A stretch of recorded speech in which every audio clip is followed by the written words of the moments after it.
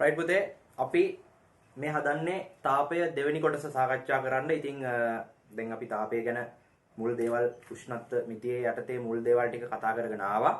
ඉතින් දැන් මෙහෙම ඉස්සරහට යන්න ඕනේ. හරි. ඒකෙදි ගණ්ඩ පුතේ මාතෘකාව තාපජ සමතුලිතතාවය කියලා. තාපජ සමතුලිතතාවය. තාපජ සමතුලිතතාවය. උෂ්ණත්වයෙන් වෙනස්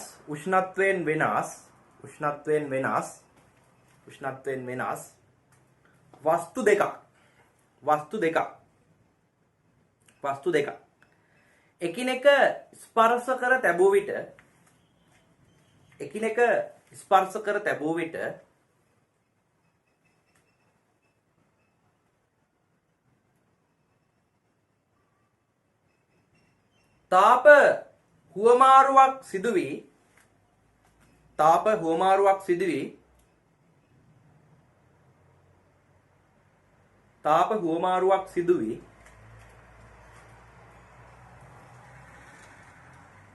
වස්තු දෙකම එකම උෂ්ණත්වයකට පත්වේ.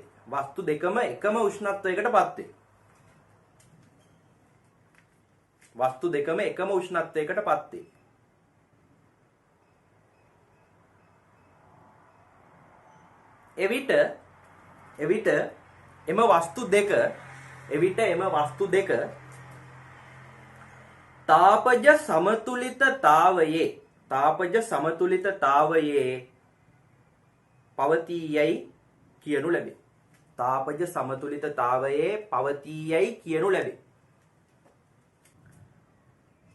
පුතේ ඊට පස්සේ ලියන්න මාතෘකාව අපගති විද්‍යාවේ ශුන්‍යාදී නියමය.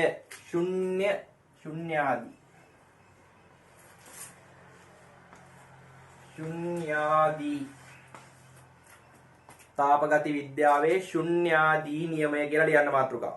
හරි පුතේ බලන්න අපි ගමු මේ විදිහට පද්ධති තුනක් නැත්නම් වස්තු තුනක් කියලා හිතමු අපි. A B C කියන. එතකොට A B අතර සහ හරි නැත්නම් අපි මෙහෙම එක ගමු. මේ A කියන වස්තුව C වස්තුවත් එක්ක තාපජ සමතුලිතතාවයේ පවතිනවා. සමතුලිතතාවයට අපි මෙහෙම දානවා. ඔයාලා රසායන විද්‍යාව ඉගෙන ගන්න ළමයි මේක දාන්න. හරි. B වස්තුවත් C වස්තුව තමග තාපජ සමතුලිතතාවයේ පවතින. එහෙනම් පුතේ හරි මේ A වස්තුව C වස්තුවත් එක්ක තාපජ සමතුලිතතාවයේ පවතිනවා නම් B වස්තුව C වස්තුවත් සමග තාපජ සමතුලිතතාවයේ පවතිනවා නම් අනිවාර්යයෙන් A වස්තුවයි B වස්තුවයි දෙකත් තාපජ සමතුලිතතාවයේ පවතිනවා. ඔන්න ඕක තමයි තාපගති විද්‍යාවේ ශුන්‍යාදී නියමෙන් කියවෙන්නේ. හරි රයිට්. පුතේ මෙන්න මෙහෙම ලියන්න. ලියන්න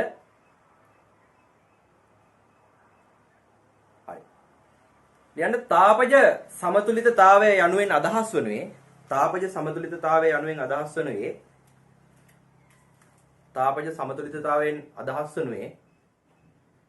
වස්තු දෙකක් අතර ශුද්ධ තාප හුවමාරුවක්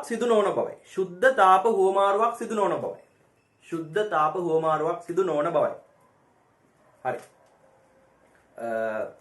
ලියන්න යටින් නියමය දැන් ලියන්න යන්නේ. මේ ලියන එක දැන් කොටු කරන්න ඕනේ. හරි. A සහ B නැමැති වස්තු දෙකක්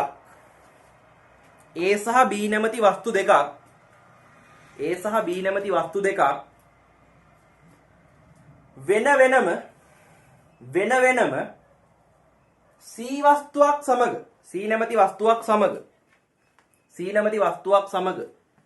තාපජ සමතුලිතතාවයේ පවතී නම්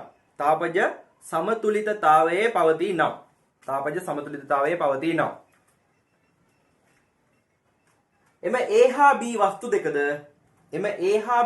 දෙකද එකිනෙකට තාපජ සමතුලිතතාවයේ පවතී. තාපජ සමතුලිතතාවයේ පවතී. හරි පුතේ. දැන් ඔයාලට එන එක පැහැදිලි. හරි. ඇත්තටම දැන් වස්තු දෙකක් තාපජ සමතුලිතතාවයේ පවතිනද? හරි. වස්තු දෙකක් තාපජ සමතුලිතතාවයේ හරි. මේ විදිහට තියෙන වස්තු දෙකක් ස්පර්ශ වෙලා තියෙද්දි හරි ස්පර්ශ වෙලා නැතුව තියෙද්දි හරි තාපජ සමතුලිතතාවයේ තියෙන්න පුළුවන්. හරි තේරුම් ගන්න එක. මේ වගේ වස්තු දෙකක් දැන් මේ ස්පර්ශ වෙලා තියෙන අවස්ථාවනේ. මේ ස්පර්ශ වෙලා නැති අවස්ථාව. මේ වස්තු දෙකේ උෂ්ණත්ව සමානයි. මේ වස්තු දෙකෙත් උෂ්ණත්ව සමානයි. දැන් මම මේක AB කියලා ගන්න නැතුව PQ කියලා ගන්නම්. හරි. මේ විදිහට මේ දෙන්නගේ උෂ්ණත්ව සමානයි. එහෙනම් මේ දෙන්න තාපජ සමතුලිතතාවයේ පවතී. මේ දෙන්නගේ උෂ්ණත්ව දෙක සමාන නම් ඒ දෙන්නත් දුර වුණාට ස්පර්ශ වෙලා නැති වුණත් තාපජ සමතුලිතතාවයේ පවතින. ඔන්න ඔකත් තේරුම් ගන්න ඕනේ. දැන් අපි අර ලියපු නියමය කොටු කරන්නකො. ලියපු නියමය කොටු කරන්නකො. හරි. ඒක කොටු කරලා ඕගොල්ලෝ ලියන්න. හරි. මම මේ කියන එක තරුවක් දාලා ලියන්න. වස්තු දෙකක් තාපජ සමතුලිතතාවයේ පැවතීමට වස්තු දෙකක් තාපජ සමතුලිතතාවයේ පැවතීමට එම වස්තු දෙක ස්පර්ශව පැවතීම අත්‍යවශ්‍ය නොවේ. ස්පර්ශව පැවතීම අත්‍යවශ්‍ය නොවේ. වස්තු දෙකේ උෂ්ණත්ව සමාන නම් එම වස්තු දෙක තාපජ සමතුලිතතාවයේ පැවතිය හැක. තාපජ සමතුලිතතාවයේ පැවතිය හැක. හරි. පුතේ AB ඇඳ ගන්න ඉස්සරෝ මේ විදිහට. A සහ B ඇඳ ගන්න. A සහ B ඇඳ ගන්න. හරි. ඇඳලා ලියන්න මෙහෙම. A සහ B වස්තු දෙක ස්පර්ශව පවතී. A සහ B වස්තු දෙක ස්පර්ශව පවතී. එම වස්තු දෙකේ උෂ්ණත්ව සමාන නම්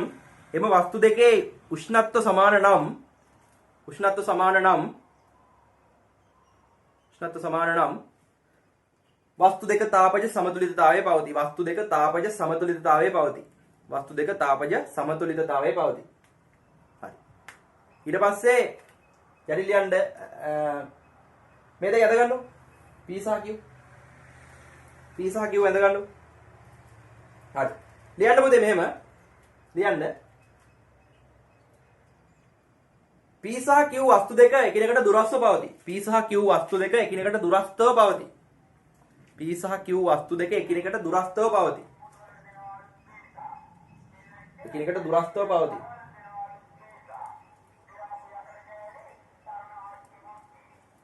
ලියන්න පුතේ. හරි මෙහෙම ලියන්න. P සහ Q වස්තු දෙකේ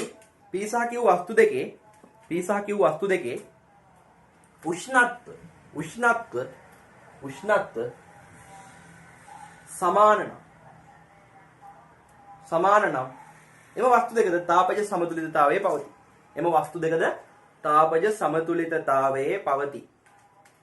රයිට් පුතේ අපි දැන් කතා කරන්නේ ගන්න මාතෘකාව උෂ්ණත්ව මිතිය කියලා ගන්න මාතෘකාව. උෂ්ණත්ව මිතිය. හරි.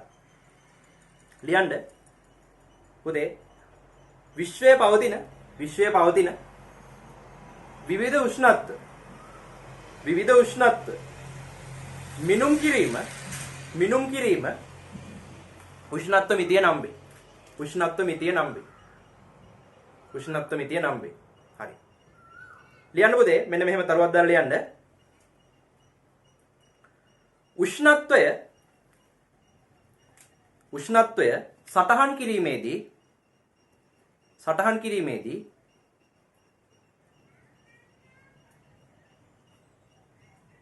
එය විවිධ ඒකක වලින්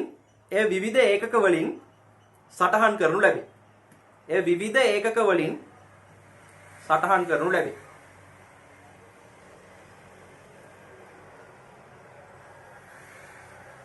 හරි. උදාහරණ ලියන්න.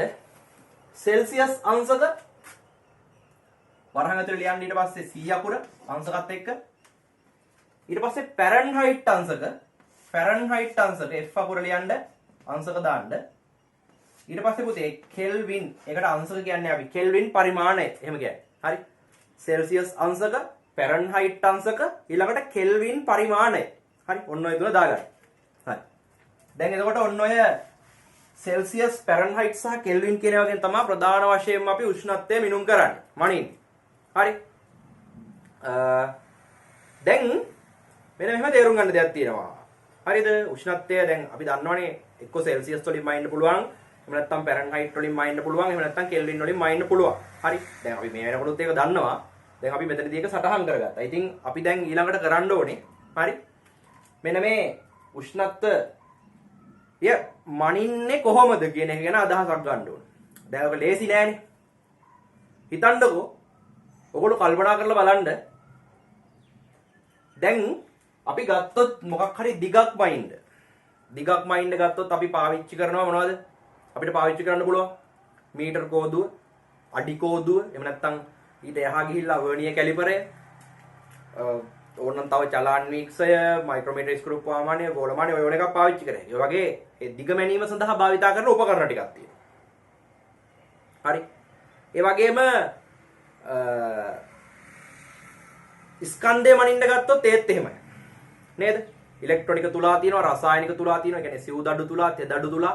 හරි. ඒ වගේ විවිධ උපකරණ තියෙනවා ස්කන්ධය මනින්න. ඒ වගේ විවිධ පදාර්ථයේ සතුව පවතින භෞතික ගුණ. හරි. මේ පදාර්ථයේ සතුව පවතින භෞතික ගුණ මනින්න හරි අපි විවිධ උපකරණ හදලා තියෙනවා. ඉතින් උෂ්ණත්වයේ මනින්නත් හරි උපකරණ හදලා තියෙනවා. ඉතින් මේ උෂ්ණත්වය මනින්න හදන උපකරණයට අපි කියනවා මොකද්ද? උෂ්ණත්ව මානය කියලා.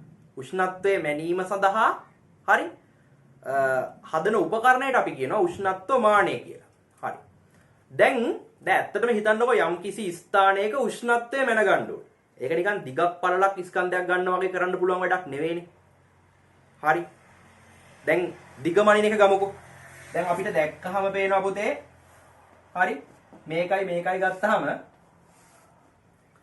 මේකට වඩා මේකේ දිග වැඩි කියලා දැක්කහම පේනවා. හැබැයි උෂ්ණත්වය ගත්තොත් එහෙම පුළුවන්ද? යම් ස්ථාන දෙකක උෂ්ණත්වය හරි. දැන් මෙතන මම ගත්තොත් එහෙම මං අතේ තියෙනවා හරිද මේ කොට්ටේ තියෙනවා මේ අඩි කෝදුව තියෙනවා. හරිද? මේ දෙකේ දැන් මේ දෙකම මට එක ගානට දැනෙන්නේ. හරි. අතේ කොහොමද අතර දැනෙන සංවේදනයෙන් අපිට උෂ්ණත්වය කියන්න බෑ කියලා මම ඔයාලට පැහැදිලි කරලා තියෙනවනේ. හරිද? කලින් වීඩියෝ එකේ පැහැදිලි කරා. නෝට් එකේ සටහන් කරා ඒවා. හරි. ඉතින් එතකොට කොහොමද මේ දෙකේ උෂ්ණත්වය මැනගන්නේ? ඒ කියන්නේ අපිට නිකන් බලලා නිකන්වත් දලා අදහසක් ගන්න පුළුවන්ද මේක ගැන? ගන්න බෑ නේද? නිකන් දලා අදහසක්වත් ගන්න පුළුවන්ද? එහෙම ගන්න බෑ. ඒක තමයි ඇත්ත. අර දිග වගේ දෙයක් ගත්තොත් මෙහෙම පුළුවන්. හරි. ස්කන්ධය වගේ එකක් ගත්තත් ඒත් එහෙමයි. අතට අරගෙන හරිද?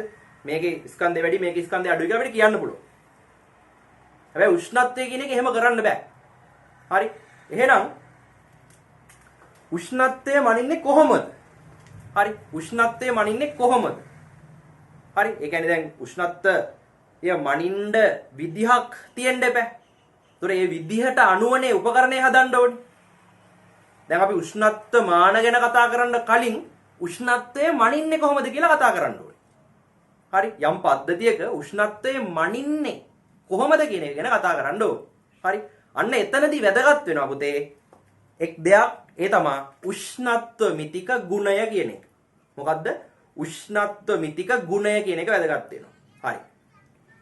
ලියන්න පුතේ මාතෘකාවක් උෂ්ණත්ව මිතික ගුණය. මොකද්ද? උෂ්ණත්ව මිතික ගුණය. රයිට් පුතේ ලියන්න මේ විදිහට උෂ්ණත්වයේ සමග ඒකාකාරව වෙනස් වන උෂ්ණත්වයේ සමග ඒකාකාරව වෙනස් වන පදාර්ථය සතු ගුණ උෂ්ණත්ව මිතික ගුණ නම් වේ. ඔන්න තාපය අවුල් වෙන්න පුළුවන් තැනක් මේ කතා කරන්නේ. ඒ නිසා හොඳ අවධානයෙන් මේ කියලා දෙන දේවල් ටික අහගත්තොත් හොඳයි. හරි පුතේ දැන් මෙහෙමයි සිද්ධිය. දැන් ඔය උෂ්ණත්ව මිතික ගුණය කියන එක ගැන අයිඩියා එක ගන්න ගොඩක් කට්ටියට බැරි වෙනවා. මම දන්නේ නැහැ ඇයි කියලා. හරිද? හැබැයි මම කියලා දෙනවා. තේරුම් ගන්න උත්සාහ කරන්න හරියටම. හරි. පුතේ දැන් මේ මෙහෙම සිද්ධියක් තියෙනවා. ඔන්න බලන්න. භාජන දෙකක වතුර තියෙනවා. භාජන දෙකක වතුර තියෙනවා. හරි. දැන් මේ ලෝකේ උෂ්ණත්වමාන කියලා જાතියක් තාම හදලා නැහැ කියලා හිතන්න. දැන් හදලා උෂ්ණත්වමානය ගත්තා නම් උෂ්ණත්වය වෙන ගන්න පුළුවන් නේ. එහෙම හදලා නැහැ තාම. දැන් අපිම තමයි උෂ්ණත්වමාන හදන්න ඕනේ. හරි. තාම පාඩුවේ මුලනේ ඉන්නේ. අපි තාපය ගැන පොඩ්ඩක් ඉගෙන ගත්තා. ඊට පස්සේ ශුන්‍යාදී නියමයේ චුට්ටක් දන්නවා දැන් අපි. තාපජ සමතුලිතතාවය දන්නවා. උෂ්ණත්වය කියලා එකක් මෙන්න මෙහෙම තියෙනවා. ඒක මෙන්න මේ ඒකක වලින් මනිනවා කියලා දන්නවා. එතනින් එහා තාම මොකුත් දන්නේ නැහැ. හරි. එතකොට අපි හිතමු දැන් මේකේ උෂ්ණත්වය θ1 මේකේ උෂ්ණත්වය θ2. හරි. θ1 එක දැන් මේකේ උෂ්ණත්වය වැඩි. මම හිතන මෙහෙම දානවා. මේකේ උෂ්ණත්වය වැඩි. හරි. පුතේ අපි මේක මනින්න. හරිද? දැන් හරියටම ඉලක්කමෙන් අගයක් විදිහට මැනගන්න කලින් කෝකෙද වැඩි කියලා මැනගන්න උත්සාහයක් ගමුකෝ. එහෙමනේ මේකේ පරිණාමය වෙන්නේ. ඒක දියුණු වෙන්නේ එහෙමනේ. මුලින්ම අපිට පුළුවන් මොකක් කරන්නද? අපි මුලින්ම බලමුකෝ. අඩුම ගානේ දැන් අපිට තාම කොහොමවත් මේක මැනගන්න බෑනේ. අපි දන්නේ නැහැ. හරි. දැන් අපි උත්සාහ කරමුකෝ. මේ දෙකෙන් උෂ්ණත්වය වැඩි කෝකෙද කියලා බලා ගන්න.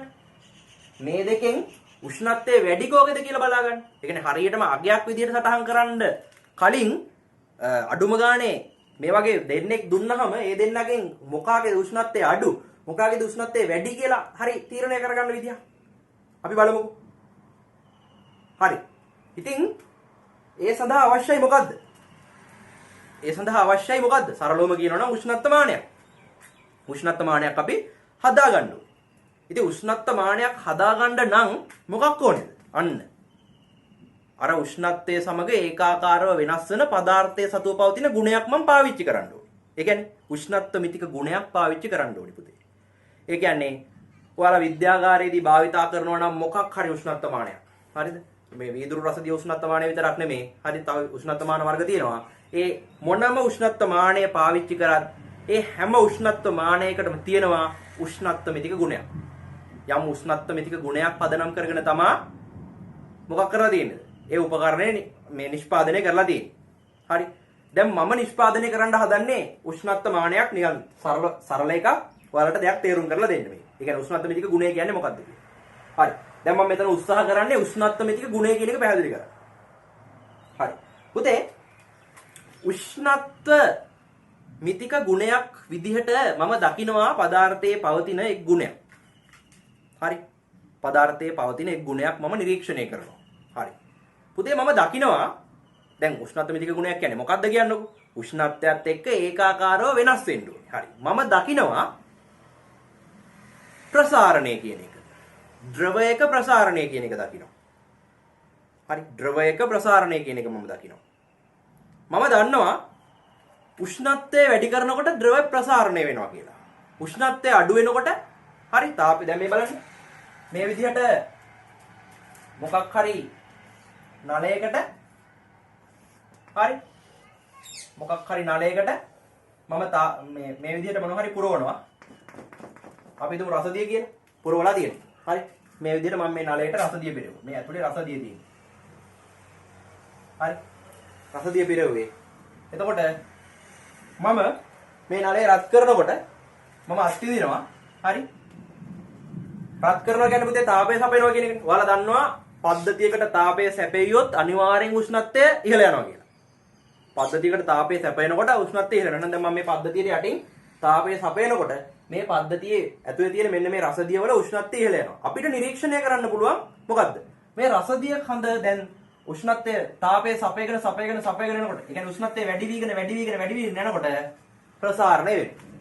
එහෙනම් හරි මම ඔන්න ඔය ගුණය පාවිච්චි කරනවා. මොකද්ද? ද්‍රවයක් ගත්තට පස්සේ පුතේ උෂ්ණත්වය වැඩි අවස්ථාවේදී ප්‍රසාරණය වෙනවා. උෂ්ණත්වය අඩු කරන් යනකොට සංකෝචනය වෙනවා. අන්න ඒක උෂ්ණත්ව මිතික ගුණයක් විදිහට පාවිච්චි කරන්න පුළුවන්. පදාර්ථය දැන් ඝන ද්‍රව වායු ගත්තොත් දැන් මම මෙතන ද්‍රව පදාර්ථයක් නේ ගත්තේ. හරි. ඔයාලට ඕන නම් ඝන පදාර්ථයක් ගන්න පුළුවන්. වායු පදාර්ථයක් ගන්න පුළුවන්. හරි. ඒක ගැන අපි ඉස්සරහට කතා කරමු. හදලා තියෙන උෂ්ණත්වමාන ගැන කතා කරනවානේ. දැන් මම මේ ඔයාලට පැහැදිලි කරන්න උත්සාහ කරන්නේ උෂ්ණත්ව මිතික ගුණයක් කියන්නේ මොකක්ද? ඒ උෂ්ණත්ව මිතික ගුණය භාවිතා කරන්නේ කොහොමද? භාවිතා කරලා උපකරණයක් හදන්නේ කොහොමද කියන එක ගැන පොඩි සරල උදාහරණයක්. හරි. ඉතින් දැන් මම මොකද්ද දැක්ක ගුණය පදාර්ථයට තියෙන? මම දැක්කා පදාර්ථයට තියෙන යම් ගුණයක් මම දැක්කා. ඒ තමයි ප්‍රසාරණය. මොකද්ද? උෂ්ණත්වයේ සමග ඒකාකාරව වෙනස් වෙනවා ඒක. ඒ කියන්නේ උෂ්ණත්වය වැඩි කරගෙන එනකොට ප්‍රසාරණය වෙනවා. උෂ්ණත්වය අඩු කරගෙන යනකොට සංකෝචනය වෙනවා. හරි. ඉතින් අන්න ඒ ගුණය මම දැකලා මම මෙන්න මෙහෙම දෙයක් කරනවා. දැන් මට ඕනේ එකම එක දෙයයිනේ තාම. පාඨාංග විදිහට සටහන් කරගන්න ඕනේ නෑනේ මට තාම. මට ඕනේ මේ දෙන්නගෙන් උෂ්ණත්වය වැඩි කෝකෙද කියලා බලන්න. පුතේ මම හදනවා මෙන්න මෙහෙම උපකරණයක්. මම හදනවා චූටි සිහිම් බටයක් තියෙන හරි සිහිම් බටයක් තියෙන උපකරණයක් හදනවා. හරි. මෙන්න මෙහෙම උපකරණයක් හදනවා. මේ පැත්තෙන් චුට්ටක් ඔන්නම තියෙන උපකරණයක් මම හදනවා. හදලා මම මේකට හරි ඔන්නම රසදිය මෙච්චරක් විතර පුරවනවා. හරි. රසදිය පුරවනවා. හරි. දැන් මම දන්නවා මම මෙතන මේ උෂ්ණත්වමානය හදන්න මේ මම උෂ්ණත්වමානයක් හැදුවා දැන්. හරිද? මේ උෂ්ණත්වමානය හදන්න මම පාවිච්චි කරපු ගුණය, ඒ කියන්නේ පදාර්ථයේ සතුව පැවතිච්ච ගුණය උනේ මොකද්ද? මේ රසදිය කඳේ ප්‍රසාරණය. දැන් ඔළුවට දාගන්න මොකද්ද මේ උෂ්ණත්වමිතික ගුණයක් කියන්නේ කියලා. හරි? උෂ්ණත්වයේ සමග ඒකාකාරව වෙනස් වෙන මොකක් හරි ගුණයක්. දැන් මම මෙතන පාවිච්චි කරන්නේ මේ රසදිය කඳේ පරිමාව. එතකොට පරිමාව වැඩිනකොට දැන් මෙතන මේ පරිමාව වැඩි දැන් මෙතන පරිමාව වැඩි වෙනවා කියන්නේ තියෙන ප්‍රමාණය එන්න ප්‍රසාරණය වෙනවනේ. එතකොට දිග වැඩි වෙනවනේ. හරි? මෙතන දිග වැඩි වෙන්න හේතුව මොකද්ද? මේ රසදිය කඳ තව ටිකක් පිරෙනවා. පිරෙනවා කියන්නේ ප්‍රසාරණය වෙනවා. හරි? ප්‍රසාරණය වෙනවා. එතකොට දිග වැඩි වෙනවා එන්නේ. උෂ්ණත්වය වැඩි කරන්න. හරි? දැන් මම කරන්නේ මෙන්න මේ භාගයක් විතර පිරව කියලා හිතන්නකෝ. පුරවලා හරි? මම කරන්නේ පුතේ මේ උෂ්ණත්වමානය මේකට දානවා.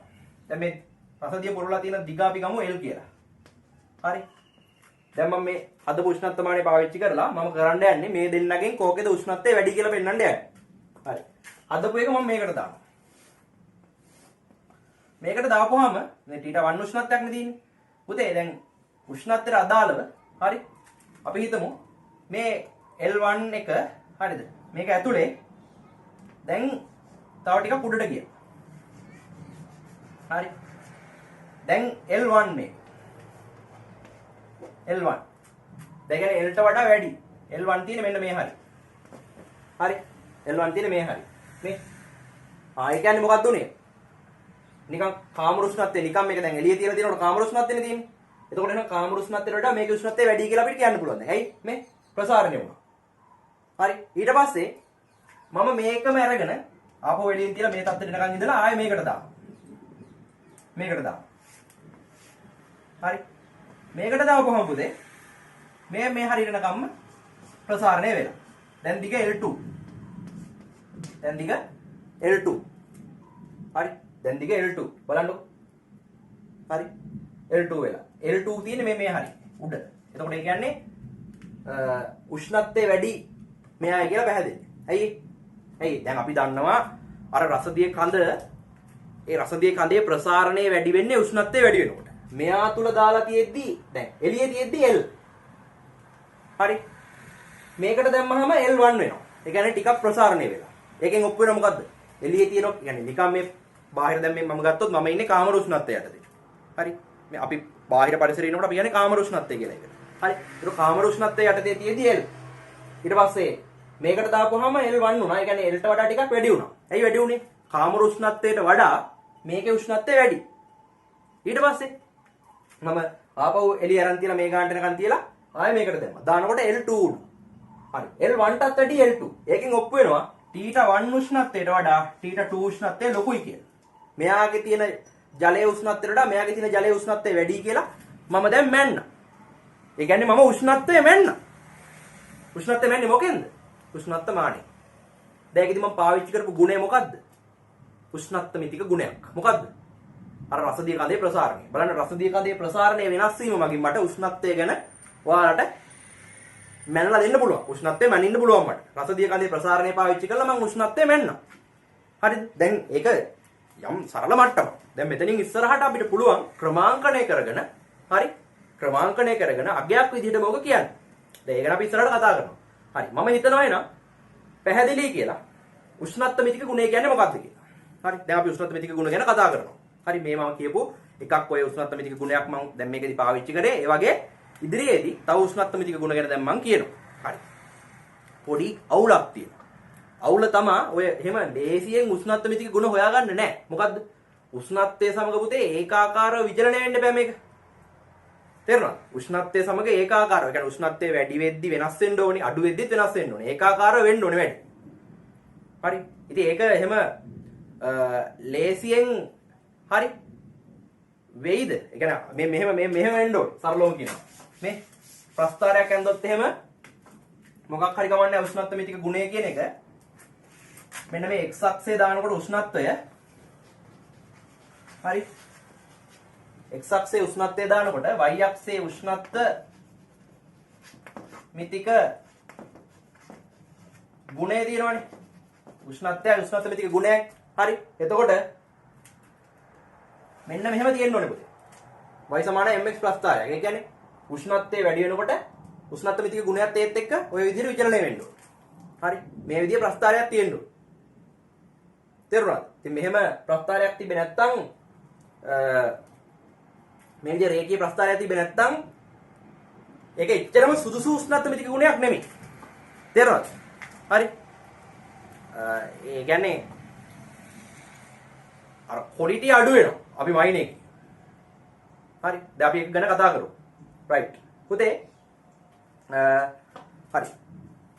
මෙහෙම ලියන්නකෝ. උෂ්ණත්ව මිතික ගුණයක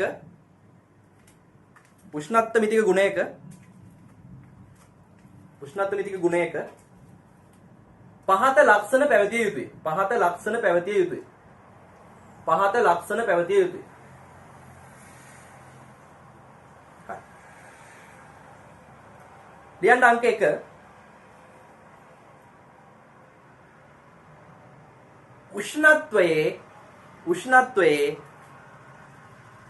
උෂ්ණත්වයේ රේඛීය ශ්‍රිතයක් විය යුතුය. පුතේ ඔය කියපු සිංහලයේ තේරෙන්නේ නැත්නම් වරහන් ඇතුලේ ඔන්න ලියා ගන්න උෂ්ණත්වයේ සමග රේඛීය විචලනය විය යුතුය කියලා. උෂ්ණත්වයේ සමග රේඛීයව විචලනය විය යුතුය කියලා තමයි කිව්වේ. හරි. අපි සාමාන්‍යයෙන් කියන්නේ අර විදිහට. අංක 2. උෂ්ණත්වයේ සන්තතික ශ්‍රිතයක් විය යුතුය. හරි. පුතේ ඒකත් ඒ සිංහලෙන් තේරෙන්නේ නැත්නම් වරහන් ඇතුලේ ලියා ගන්න උෂ්ණත්වයේ සමග සන්තතිකව වැඩි විය යුතුයි. සන්තතිකව වෙනස් විය යුතුයි. උෂ්ණත්වය සමග සන්තතිකව වෙනස් විය යුතුයි. ආ මම මොකද්ද සන්තතික කියන එක කියන්නේ කියන්න පොඩ්ඩක් ඉන්න. හරි. ලියා ගන්න. හරි. ඊට පස්සේ අංක 3 උෂ්ණත්වයේ ඒකඵල ශ්‍රිතයක් විය යුතුයි. උෂ්ණත්වයේ ඒකඵල ශ්‍රිතයක් විය යුතුයි. හරි. හරි. ඒකෙදී ඒකත් තේරුම් නැත්තම් වරහන් ඇතුලේ ලියා ගන්න. හරිද? උෂ්ණත්ව දෙකකදී වරහන් ඇතුලේ ලියා ගන්න. එහෙනම් උෂ්ණත්ව දෙකකදී එකම ඵලයක් නොලැබිය යුතුයි කියලා. එකම ඵලයක් නොලැබිය යුතුයි. හරි. තේරෙන්නේ නැතුනට කමන්නේ පොඩ්ඩක් ඉන්න. හරි. එකපාරම තේරුම් ගන්න බෑ මේක. හරි. රයිට්. දැන් පුතේ උෂ්ණත්ව මිතික ගුණය කියන එක ඔයාලට ඔළුවට ගියානේ. උෂ්ණත්ව මිතික ගුණය කියන එක. හරි. ඒක ඔළුවට දාගත්තේ කොතනින්ද ඔයගොල්ලෝ? අර මම හදපු උෂ්ණත්ව මානය. හරි. දැන් ඕගොල්ලෝ තේරුම් නැත්නම් ආයෙ පොඩ්ඩක් මේ වීඩියෝ එක බලන්න. බලලා එන්න මෙතෙන්ට. හරි. දැන් මම කතා කරනවා. හරිද? උෂ්ණත්ව මාන. හරිද? දැන් හිතන්නකෝ පුතේ මෙහෙමනේ දැන් අපි ක්‍රිකට් ගහනවා කියලා හිතන්නකෝ. ක්‍රිකට් ගහනකොට හරිද? දැන් අපි හાર્ඩ් බෝල් සෙල්ලම් කරනවා. ලෙදර් ගහනකොට පොල් පිත්තකින් බැට් එකක් කපන් ගිහිලා කරන්න බෑනේ වැඩේ. කරන්න පුළුවන්. සාර්ථක නෑනේ. ක්වොලිටි නෑනේ වැඩේ. හරි. කරන්න බැරි නෑ. පොල් පිත්තකින් බැට් එකක් කපන් යන්න බැරි ග්‍රවුන්ඩ් එකට පුළුවන්. හරිද? එතකොට ඒක ක්වොලිටි නෑ. කරන්න පුළුවන්. හරිද? ක්වොලිටියට වැඩේ කරන්න නම් අපි ලෙදර් බැට් එකක් අරන් යන්න බෑ. අන්න ඒ වගේ මේ පදාර්ථයේ තියෙන ಗುಣ. හරි? මේ පදාර්ථයේ තියෙන ಗುಣ අපිට ඕන එකක් පාවිච්චි කරන්න පුළුවන් උෂ්ණත්වය මිනුම් කරන්න ඕන. හරි? ඒ කියන්නේ මොකක් හරි උෂ්ණත්වය සමග විචලනය වෙන එකක්. උෂ්ණත්වය සමග වෙනස් වෙන එකක් පාවිච්චි කරන්න පුළුවන් අපිට. උෂ්ණත්වය මිනුම් කරන්න. හැබැයි එතකොට සාර්ථක නෑ වැඩි. හරිද? ඒක සාර්ථක නැහැ පිළිගන්නත් බෑ. කොහොම වෙන්න ඕනේ? උෂ්ණත්වය සමග ඒකාකාර වෙනස් වෙන්න ඕනේ. උෂ්ණත්වය සමග ඒකාකාර වෙනස් වෙන්න ඕනේ. ඒකාකාරව කියලා කියන්නේ ඉතින් ඔය අර මම දැන් කියපු ක්‍රම තුනට වෙන්න ඕනේ. ඒ කියන්නේ ඒක රේඛීය වෙන්න ඕනේ, ඒ සන්තතික වෙන්න ඕනේ, ඒකඵල වෙන්න ඕනේ. හරි. දැන් බලමු. ඒ කියන්නේ එහෙනම් හරි. අපි ලියුවානේ උෂ්ණත්වමිතික ගුණයක් කියනකොට උෂ්ණත්වය සමග ඒකාකාරව වෙනස් වෙන කියලා. ඒකාකාර කියන වචනේ හයිලයිට් කරගන්නවා. ඒකාකාර කියන වචනේ හයිලයිට් කරලා එතනින්ම ඕන්නම් චූටි ඉරි කැලි තුනක් ගහලා පෙන්න ගන්න. දැන් මම කියන්නේ ඒකාකාර කියන එක මෙහෙම හයිලයිට් කරලා මෙන්න මෙහෙම චූටි ඉරි තුනක් ගහලා ඕන්නම් ලියා ගන්න. හරිද? රේඛීය සන්තතික ඒකඵල. හරි. ඔය අපි ඒකාකාරයි කියන එකෙන් අදහස් කරන්නේ උෂ්ණත්වය සමග ඒකාකාරව විචලනය වෙන්න ඕනේ කියන එකෙන් අදහස් කරන්නේ රේඛීයව විචලනය වෙන්න ඕනේ, ඒකඵලව විචලනය වෙන්න ඕනේ, සන්තතිකව විචලනය වෙන්න ඕනේ කියලා. හරි. දැන් අපි ඒක ගැන කතා කරමු. හරි. මොකද්ද ඒකඵල කියන්නේ? මොකද්ද රේඛීය කියන්නේ? මොකද්ද රේඛීය කියන්නේ? ඒකඵල කියන්නේ? සන්තතික කියන්නේ? ඔය තුන ගැන කතා කරමු. හරි. එහෙම වෙන්න ඕනේ ඇයි කියලාත් කතා කරමු. එහෙම උන් නැත්තම් වෙන අවුලක් කතා කරමු දැන්. හරි. දැන් උෂ්ණත්වමිතික ගුණය කියන එක පැහැදිලිනේ. හරි. දැන් එහෙනම් අපි ඒ දේවල් ටික කතා කරමු පුතේ. රයිට් පුතේ එහෙනම් දැන් තේරුම් ගන්න ඕනේ කාරණාව. හරි. මේ දැන් උෂ්ණත්වය සමග හරි රේඛීයව සන්තතිකව සහ ඒකඵලව. එහෙම නැත්තම් පොදුවේ කියනවා අපි ඒකාකාරව හරි විචලනය වෙන උෂ්ණත්වමිතික ගුණයක් තමයි අපි උෂ්ණත්ව මානයක් හදනකොට භාවිතා කරන්න ඕනේ. හරි. ඉතින් ඕකෙදී එහෙම නැතුව කරන්න බැරිම නෑ. පුළුවන්. හැබැයි ඉතින් අර වැඩි සාර්ථකත්වයක් නෑ වැඩි. හරි. දැන් ඔයාලට ඉස්සරහට ඒක කරගෙන යනකොට මේ ඔයාලටම තේරෙයි ඇයි අපි යොදා ගන්න උෂ්ණත්වමිතික ගුණය ඒකාකාර වෙන්න ඕනේයි, සන්තතික වෙන්න ඕනේයි, ඒකඵල වෙන්න ඕනේයි කියලා. දැන් මෙතන තියෙන ගැටලුව තාම ඔයගොල්ලෝ ඔය තුන ගැන හරියට අදහසක් නැහැ නේ ඔයගොල්ලන්ට. හරි. දැන් අපි ඒක බලමු. රයිට්. පුතේ ඉස්සරව මේ බලන්න. මෙන්න මේ විදිහට දැන් මොකක් හරි වෙනසක් වෙනවනේ. දැන් අපි කලින් රසදිය කඳක දිගක් කියලා මම එකක් ඔයාලත් එක්ක කතා කරා. ඒකෙදී ඔයාලට මතකනේ උෂ්ණත්වය වැඩි වෙනකොට රසදිය කඳේ දිගත් වැඩි වුණා ඒකාකාරව. අන් ඒ වගේ දැන් මේ මොකක් හරි මෙතන උෂ්ණත්වයත් එක්ක හරි මේ උෂ්ණත්වමිතික ගුණය. උෂ්ණත්වමිතික ගුණය. හරි. හරි. පොතේ මේ ප්‍රස්තාරය අද ගන්නමු. දැන් මේ ප්‍රස්තාරය අද ගන්නමු. ඔය විදිහට ප්‍රස්තාරය අද ගන්න ඊට පස්සේ. හරි. මේ විදිහට ප්‍රස්තාරය අද ගන්න. හරි. ඊළඟ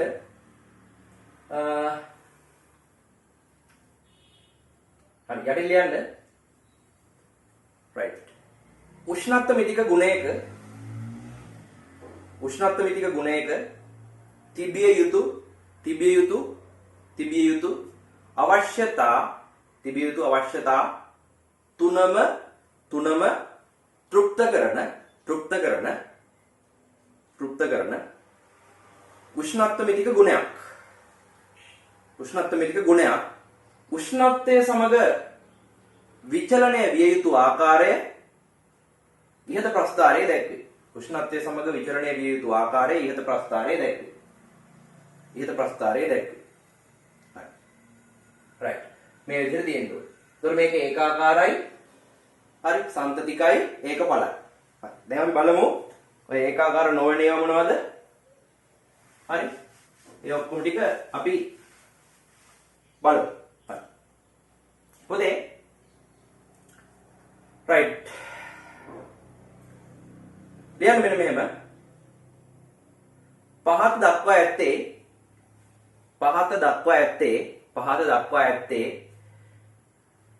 A B C D E capital ලියන්න. A B C D E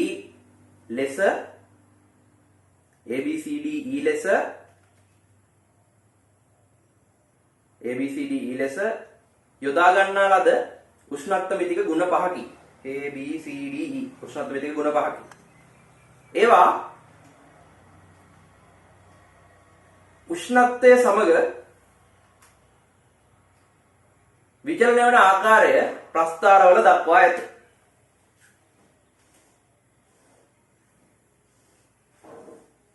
උෂ්ණත්වය සමග විචලනය වන ආකාරය ප්‍රස්ථාරවල දක්වා ඇත. බලන්න. මේ විදිහට මම ඒ ටික අඳින්නම් දැන්. උෂ්ණත්වයත් එක්කද මේ θ නේ. x අක්ෂයේ තියෙන උෂ්ණත්වය. උෂ්ණත්වයත් සමග විචලන වෙන ආකාරයට. හරි. මෙතන තියෙන්නේ ගුණය A B C D E. පුතේ මේ ගුණය දැන් එක්ක රස දිය ගන්නක් වගේ මොකක් හරි ද්‍රවයක දිග නැත්නම් පරිමාණ. මේ පදාර්ථයේ සතුව පවතින මොකක් හරි උෂ්ණත්වයත් එක්ක වෙනස් වෙන මොකක් හරි භෞතික ගුණයක් නේ. හරි. එහෙම දැන් ඕනනම් මොකක් හරි වෝල්ටීයතාවය. වෝල්ටීයතාවය යනවත් අපිට උෂ්ණත්වය කියන්න පුළුවන්. හරි. ඒ විදිහට මොකක් හරි ගුණ මේ A B C D E කියන්නේ. දැන් බලමු විචලනය වෙන විදිහ. right මේක මෙහෙම ගියා කියලා හිතන්න.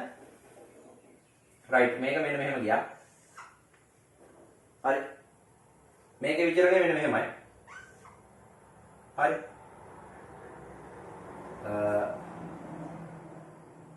ඔහොම. හරි. ඊට පස්සේ මේක මෙහෙම. හරි.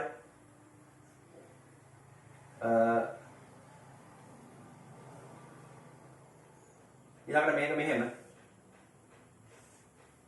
හරි. මේ ටික ඇති පැහැදිලි කරන්න. හරි. මේක අඳ ගන්නකො මේ ප්‍රස්තාරපහ. මේ තියෙන්නේ උෂ්ණත්වයේ සමග ඒ අදාළ උෂ්ණත්ව මිතික ගුණය වෙනස් වෙන විදිහ. රසදී දැන් A කියන්නේ රසදී කඳක දිග නම් ඒක කියන්නේ රසදී කඳේ දිග උෂ්ණත්වයේ සමග රසදී කඳේ දිග වෙනස් වෙන විදිහ. මේ අදාළ උෂ්ණත්ව මිතික ගුණය වෙනස් වෙන විදිහ තමයි තියෙන්නේ. හරි. දැන් හරිද? ඒ උෂ්ණත්ව මිතික ගුණය ගන්නකො. කතන්දරයක් නෑ රේඛීයයි ඒකඵලයි සන්තතිකයි. හරි. ලියන්න පුතේ යටින් ඒ උෂ්ණත්ව මිතික ගුණය. රේඛීය වේ. හරි. මෙහෙම ලියන්න ඒ උෂ්ණත්ව මිතික ගුණය උෂ්ණත්වයේ සමග විචලනය. යටින් ලියන්න ඊට පස්සේ රේඛීය වේ සන්තතික වේ ඒකඵල වේ. තුන වෙන වෙනම ලියන්න. රේඛීය වේ සන්තතික වේ ඒකඵල වේ. හරි. දැන් මේක බලන්න. ලියන්න ළඟට B උෂ්ණත්ව මිතික ගුණය. උෂ්ණත්වයේ සමග විචලනය. B උෂ්ණත්ව මිතික ගුණය උෂ්ණත්වයේ සමග විචලනය. පුතේ බලන්න. රේඛීය නැහැ. රේඛීය නොවේ. රේඛීය නොවේ ලියන්න. රේඛීය නොවේ. සන්තතික වේ ඒකඵල වේ. රේඛීය නැහැ. අනිත් දෙක තියෙනවා. සන්තතිකයි ඒකඵලයි.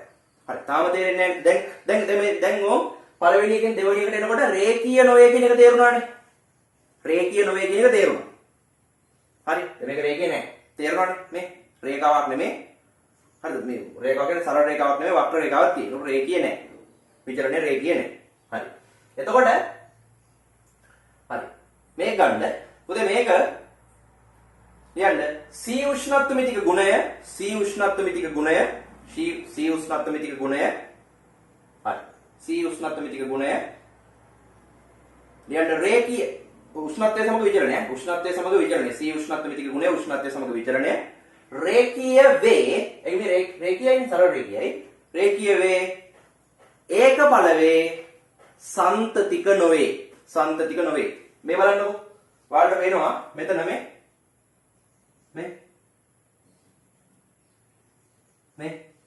θ1 θ2 කියලා ගත්තොත් පුතේ මෙන්න මේ කලාපය තුල උෂ්ණත්ව මනින්න බෑනේ. ඒ කියන්නේ මේ උෂ්ණත් දැන් θ1 ඉඳලා θ2 දක්වා මොකද්ද? උෂ්ණත්ව මිතික ගුණයේ වෙනස් වීමක් නැහැ. හරි. වෙනස් වෙනවා නම් ඒකාකාර වෙනස් වෙන්න ඕනේ. හරි.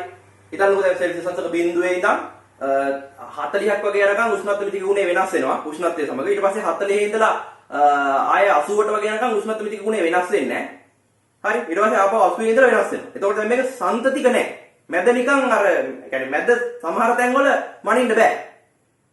මොකද ඒ කියන්නේ 40 80 අතර දැන් මම උදාහරණයක් ගත්තේ අපි මෙහෙම ගමු මෙතන ගමුකෝ මේ මම දාලා තියෙන θ1 θ2 නෙමෙයි θ1 ඉඳලා θ2 වෙනකන් ඒ අතරමැද උෂ්ණත්වයක් හරිද උෂ්ණත්ව දෙකක් සංසන්දනය කරන්න බෑ උෂ්ණත්වය කියන්නේ උෂ්ණත්වය සමග වෙනස් වෙන්නේ නැහැ නේ හරිද උෂ්ණත්වය සමග වෙනස් වෙන්නේ එතකොට බිඳුවේ ඉඳන් θ1 දක්වායි θ2 වට වඩා වැඩි වෙනකොට හරි එතකොට සම්තතික නැහැ ඉතින් ඔන්නෝ තේරුම් ගන්න හරි සම්තතික නැහැ රයිට් පුතේ ඊට පස්සේ හරි මේ බලන්න මේක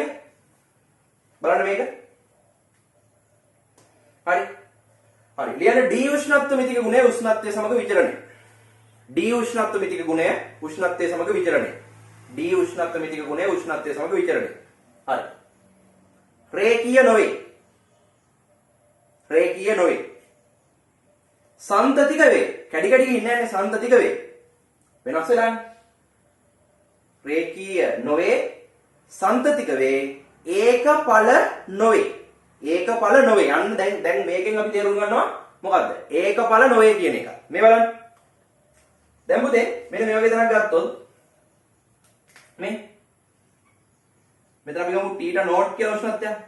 ඒකට අදාළව ඔයාලට පේනවා මේ බලන්න.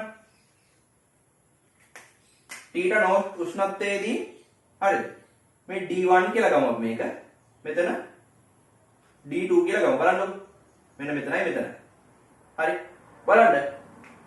දැන් මේ ප්‍රස්ථාරයේ හැටියට මේ උෂ්ණත්වය වැඩි කරන යනකොට උෂ්ණත්ව මිතික ගුණය විචලනාදී විදිහට තියෙන්නේ. හරි. එතකොට θ නෝට් කියන උෂ්ණත්වයේදී D1 කියලා අවස්ථාවකුත් පෙන්වනවා D2 කියලා අවස්ථාවකුත් පෙන්වනවා එකම උෂ්ණත්වයේ. ඒතකොට ඒකඵල නෙමෙයිනේ. එක උෂ්ණත්වයක් සඳහා එක වෙනස් වීමක් නෙමෙයිනේ පෙන්වන්නේ. එතකොට ඒකඵලනේ. අන්න දැන් ඔයාලට ඒකඵල කියන එකක් තේරුණා. හරිද? එතකොට එහෙම එකකුත් මේ වගේ උෂ්ණත්ව මිතික ගුණයකුත් සුදුසු නෑ උෂ්ණත්වමානයක් හදන්න. හරි? right. එතනින් යටි ලියා ගන්න මෙන්න මෙහෙම. මේක දාගන්න මේ විදිහට. හරි? මේ ප්‍රස්ථාරෙම දාගන්න. හරි මේ ප්‍රස්ථාරෙම ඇදගෙන ඔතනින්ම හරි ලියන්න. හරි. θ නෝට් උෂ්ණත්වයේ සැලකුව විට θ නෝට් උෂ්ණත්වයේ සැලකුව විට θ නෝට් උෂ්ණත්වයේ සැලකුව විට උෂ්ණත්ව මිතික ගුණය D1 හා D2 ලෙස අවස්ථා දෙකක් පෙන්වනවා. D1 හා D2 ලෙස අවස්ථා දෙකක් පෙන්වනවා. එනම් ඒකඵල නොවේ. හරි. ඊළඟට පුතේ E එකට එන්න. මේක ඇඳලා අර ටික ලියලා E එකට එන්න. ලියන්න E උෂ්ණත්ව මිතික ගුණය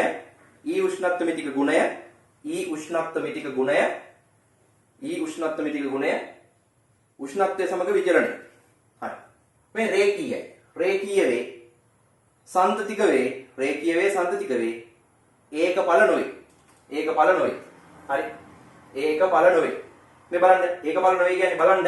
දැන් මේකෙත් ගත්තොත් එහෙම හරි. මෙන්න මේ වගේ යම් අවස්ථාවක් ගමුකෝ අපි. E1 වගේ අවස්ථාවක්. හරි. ඒක මේක අනිත් දැන් මේකේ අනිත් පැත්ත මේක. හරි. මේ බලන්න. මේ අවස්ථාවේ ගන්න. ඒ කියන්නේ උෂ්ණත්ව දෙකකදී එකම ඵලය පෙන්වනවා. හරි. මේ θ1 θ2. හරි. උෂ්ණත්ව අවස්ථා දෙකකදී උෂ්ණත්ව දෙකකදී එකම වෙනස් වීම විචලනය පෙන්වනවා. E1 කියන එක අවස්ථා දෙකේම පෙන්වනවා. ඉතින් එතකොට ඒකඵල නැහැ. හරි. එක උෂ්ණත්වයක් සඳහා තියෙන්න ඕනේ එක අගයක් නිශ්චිත. ඒක නෑනේ මේකේ. හරි. right. ඔයාලා ඊට පස්සේ මේකත් එතන යටින් ඇඳ ගන්න. මේක ඇඳලා ලියන්න θ1 සහ θ2 යන උෂ්ණත්ව අවස්ථා දෙකෙහිම එකම උෂ්ණත්ව මිතික ගුණයක් පෙන්වනවා. E1 පෙන්වයි කියලා ලියන්න. හරි. ඒ විදිහට ලියා ගන්න. හරි. එහෙනම් මේකඵල නොවේ කියලා ලියන්න ඊට පස්සේ. හරි. ඉතින් මම හිතනවා දැන් ඔයගොල්ලන්ට මේ ප්‍රස්ථාර ටිකෙන් තේරෙනවා මොකද්ද? සන්තතික කියන එක සන්තතික නොවනවා කියන එක, ඒකඵල කියන එක ඒකඵල නොවනවා කියන එක, රේඛීය කියන එක රේඛීය නොවනවා කියන එක. ඔය කාරණා ටික ඔයාලට මේ ප්‍රස්ථාර ටිකෙන් තේරුම් ගන්න පුළුවන්. හරි. ප්‍රස්ථාර ටිකෙන් තේරුම් ගන්න පුළුවන්. right. පුතේ ලියන්න ඊට පස්සේ යටින්. හරි. පහත දක්වා ඇත්තේ හරි. උෂ්ණත්වය මිනුම් කිරීම සඳහා යොදා ගන්නා උෂ්ණත්ව මිතික ගුණ කිහිපයකි. හරි. ලියන්න මේ විදිහට මම කියන එක අංක 1 ලියන්න. හරි. ඒකාකාර නලයක් තුල ඇති ද්‍රව කඳක දිග. ඒකාකාර නලයක් තුල ඇති ද්‍රව කඳක දිග. අංක 2 ලියන්න පරිමාව නියතව තැබූ අචල වායු ස්කන්ධයක පීඩනය.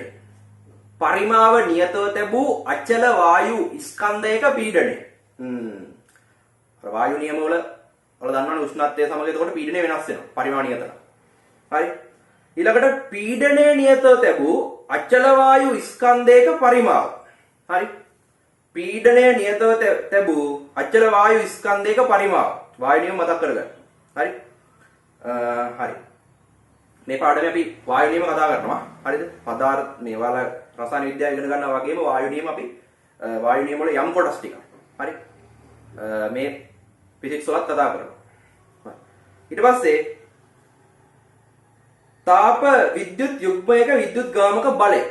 තාප විද්‍යුත් යුග්මයක විද්‍යුත් ගාමක බලය. අපි ඉස්සරහට කතා කරනවා මොනවද කියලා. හරිද? දැන් ලියා ගන්න. ඊට පස්සේ ලියන්න. ප්ලැටිනම් කැබල් එක PT ප්ලැටිනම් කියන්නේ මොන ද්‍රව්‍යද? ප්ලැටිනම් කැබල් එක විද්‍යුත් ප්‍රතිරෝධය ඊට පස්සේ ද්‍රවයක සම්තෘප්ත වාෂ්ප පීඩනය උෂ්ණත්වය සමග විචලනය වෙනවා. ඉතින් ඔන්න ඔය කියන කාරණා ටික ඒ වගේ උෂ්ණත්වමිතික ගුණ ටික අපි භාවිතා කරනවා. හරි. රයිට් පුතේ. ඊට පස්සේ ලියන්න වෙන මෙහෙම. දැන් මෙහෙමයි. හරිද? දැන් ඔය දැන් මම කියපු ඔය උෂ්ණත්වමිතික ගුණ තියෙනවනේ.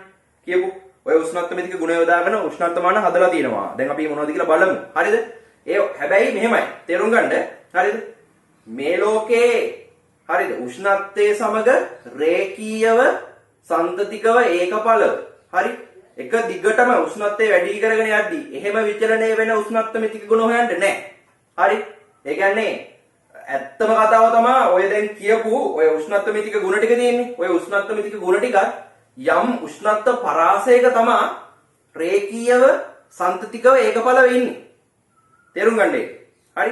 ඒතකොට ඒ කලාපය තුල තමයි මේ උපකරණේ භාවිතා කරන්න පුළුවන් අපිට. ඒ උෂ්ණත්වමිතික දැන් හිතන්නකෝ යම් ඔය මං කියපු උෂ්ණත්වමිතික ගුණයක් ගත්තට පස්සේ ඒක රේඛීයව ඒකඵලව සන්තතිකව තියෙන්නේ අපි හිතමු බිඳුවේ ඉඳලා සෙල්සියස් අංශක 100 දක්වා විතරයි. එහෙනම් අපිට ඒ උෂ්ණත්වමිතික ගුණය යොදාගෙන මොකක් හරි උෂ්ණත්වමානයක් හැදුවොත් ඒකේ මනින්න පුළුවන් වෙන්නේ බිඳුවේ ඉඳලා 100 වෙනකම් විතරයි. නිවැරදි අගයන් දෙන්නේ. හරි? දැන් අපි ඉස්සරහට බලමු කොහොමද උෂ්ණත්වමාන හදන්නේ කියලා. තාම අපි එතෙන්ට ඇවිල්ලා නැහැ නේ. හරි. ලියන්න මෙන්න මේ විදිහට. ඉහත දක්වා ඇති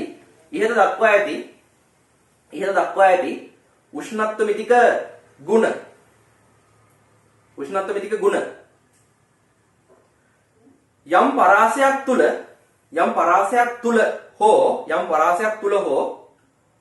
යම් පරාසයක් තුල හෝ උෂ්ණත්වය සමග රේඛීයව සන්තතිකව හා ඒකඵලව විචලනයට ලක්වේ. හරි. ලියන්න ඒකටම එම උෂ්ණත්වමිතික ගුණ යොදා ගනිමින්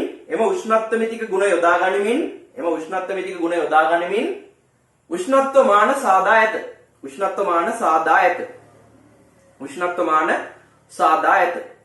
හරි. මෙම උෂ්ණත්වමාන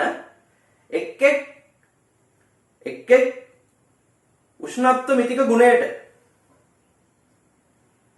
ලාක්ෂණික වූ උෂ්ණත්ව පරාස තුල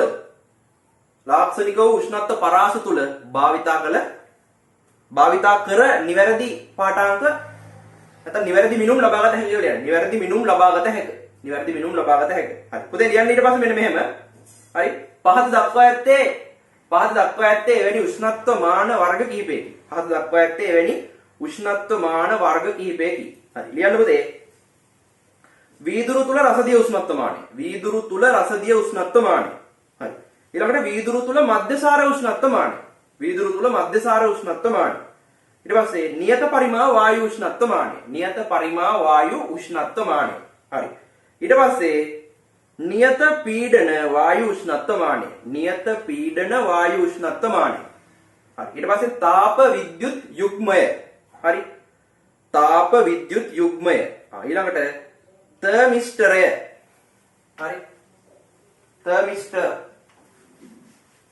හරි. තර්මිස්ටරය කියලා ලියන්න.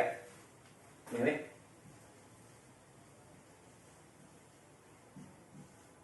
තර්මිස්ටරය. හරි. රයිට්. ඔය ටික තමයි. දැන් අපි ඔය ටික ගැන කතා කරන්න ඕනේ ඉදිරියේදී. හරි. ඔය විදිහට ඉස්සරහට දැන් ඔතනින් ඉස්සරහට කතා කරන්න ඕනේ. රයිට් පුතේ දැන් අපි කතා කරන්න හදන්නේ උෂ්ණත්වමාන ගැන නෙමෙයි. හරිද? උෂ්ණත්වමාන ගැන විස්තරේ මම ඔයගොල්ලන්ට කරන්නේ මේ කොටසක් කරලා ඉවරයි. උෂ්ණත්වමානකින් දැන් අපි පාඨාංග කියව ගන්න. දැන් මම කිව්වා දැන් මේ වෙනකොට අපි උෂ්ණත්වමිතිය මිනුම මේ කියන්නේ මිනුම් කිරීම ගැන කතා කරලා එතනින් පස්සේ උෂ්ණත්ව මිතික ගුණයක් කියන්නේ මොකද්ද? ඒකට තියෙන්න ඕනේ ලක්ෂණ මොනවද කියලා පැහැදිලි කරා. එතනින් පස්සේ දැන් මේ කතා කරන්න හදන්නේ අපි දැන් කතා කරන්නේ හරි කොහොමද ඒ කියන්නේ උෂ්ණත්ව මිතික ගුණයක් පාවිච්චි කරලා උෂ්ණත්වයක් මැනගන්න සහ සෙල්සියස් කෙල්වින් ෆැරන්හයිට් ඒ ඒකක පාවිච්චි කරන්නේ කොහොමද කියන එක. හරි. ඉතින් රයිට්. බලන්න දැන් මේ තියෙන ප්‍රස්තාරයක් x කියන්නේ අපි ගත්ත උෂ්ණත්ව මිතික ගුණය. හරි. මේ තියෙන උෂ්ණත්වය සමග විචලනය නේද? ඉතින් මේක වලට වෙනවා රේඛීයයි සම්පතිකයි ඒකඵලයි. සමහරවල් දැන් ප්‍රස්තාරයෙන් දහම සමහරවිට තමයි බිඳුවෙන් පටන් ගන්නකොට එහෙම එකක් නෑ. හරි. මේ ප්‍රස්තාරය බලන්න මේ ප්‍රස්තාරය රේඛීයයි සම්පතිකයි ඒකඵලයි. හරි. රයිට්. එතකොට මොකද? දැන් අපිට මෙන්න මෙහෙම යම් අවස්ථා දෙකකට අදාළව. දැන් හිතන්න මෙන්න මෙතන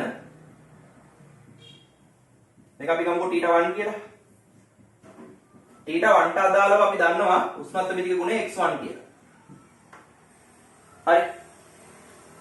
ඊළඟට θ2 වගේ තැනකට අදාළව අපි දන්නවා උෂ්ණත්ව මිතික ගුණය x2 කියලා. හරි. මෙන්න මේ දෙක දන්නවා නම් අපිට පුළුවන් පුතේ අදාළ උෂ්ණත්ව මිතික ගුණය x0 වන අවස්ථාවේදී මෙන්න මේ θ0 එක හොයන්න.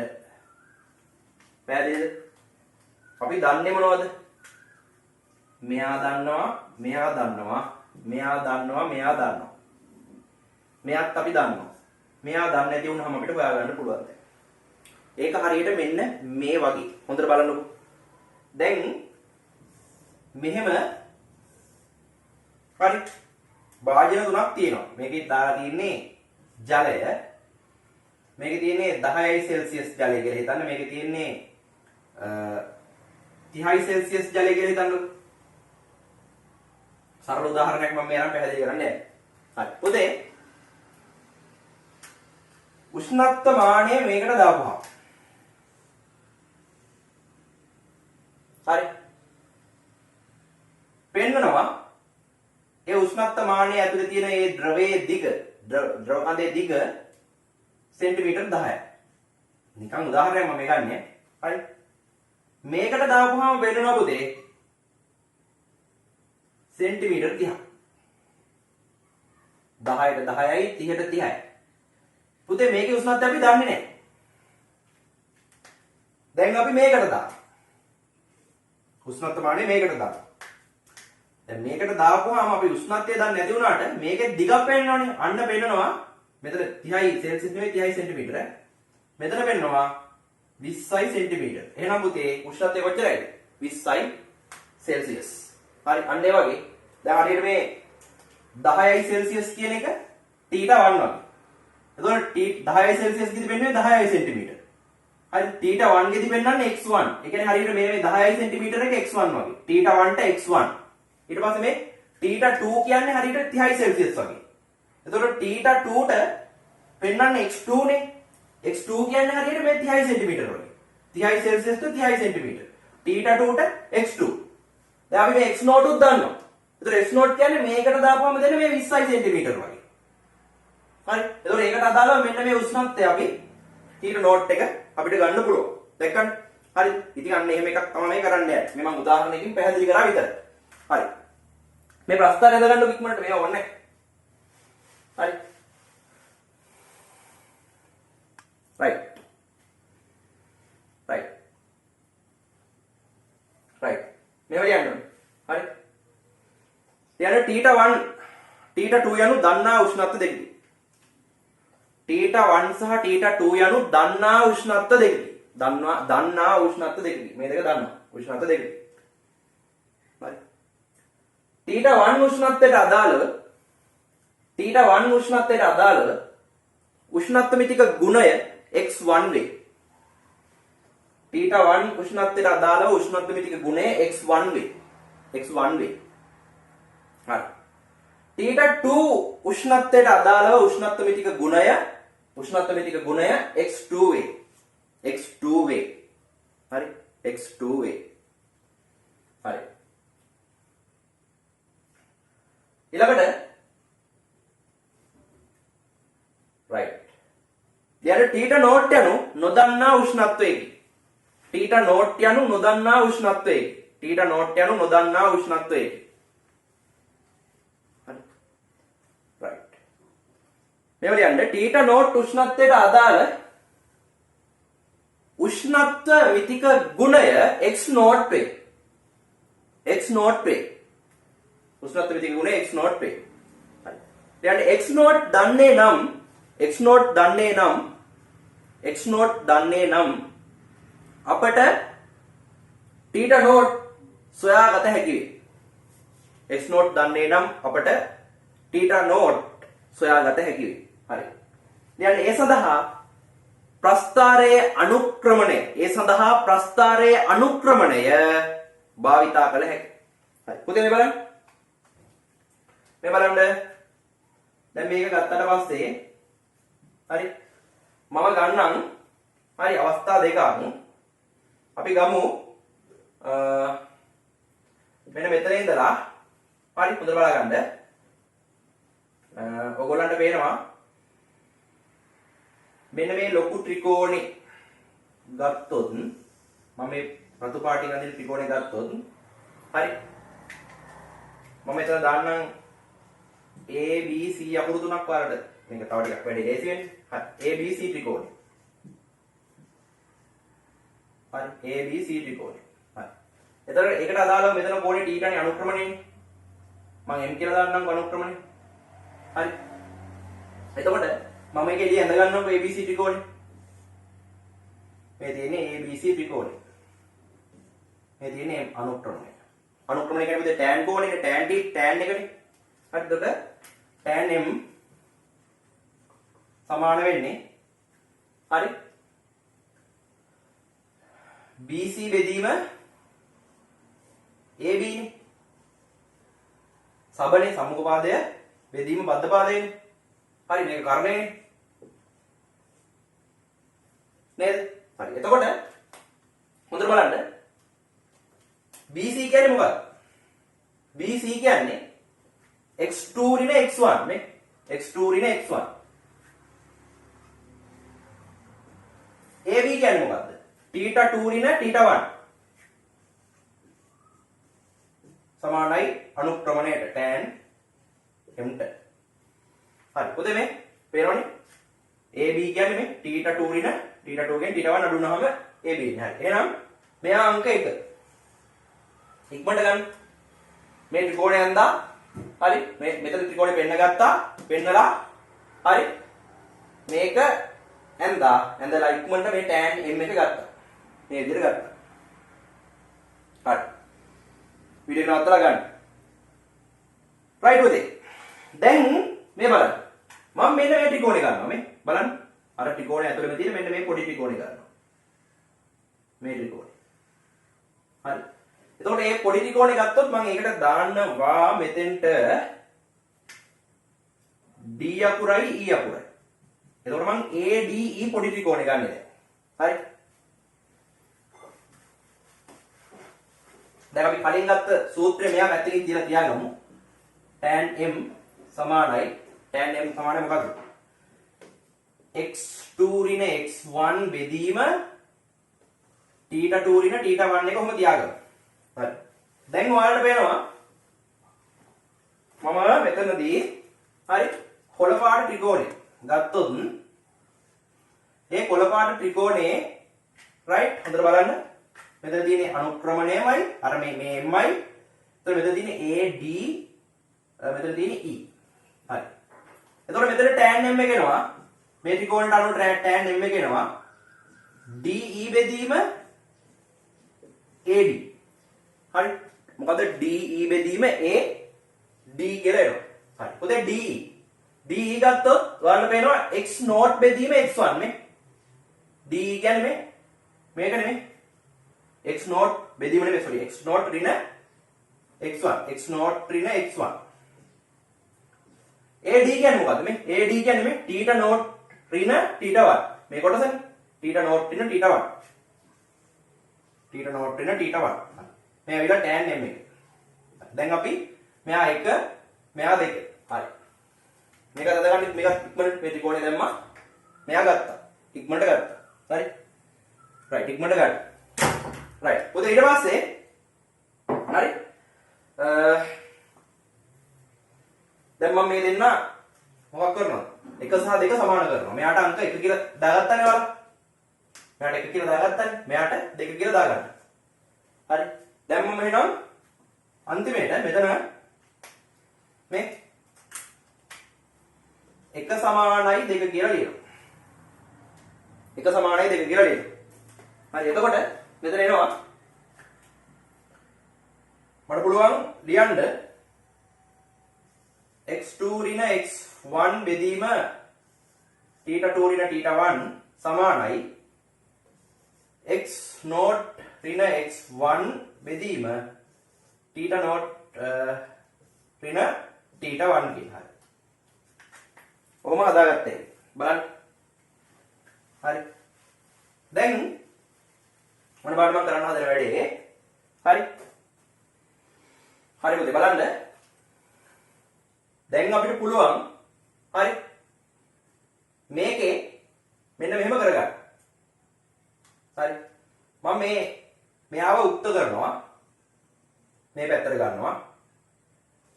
θ0 ඍණ θ1 කියන එක සමානයි මේකයි මෙහෙට ගෙනවා. මේක පහළට එනවා නෙමෙයි. x0 ඍණ x1 යට x2 ඍණ x1 වෙනවා. හරි. ගුණ කිරීම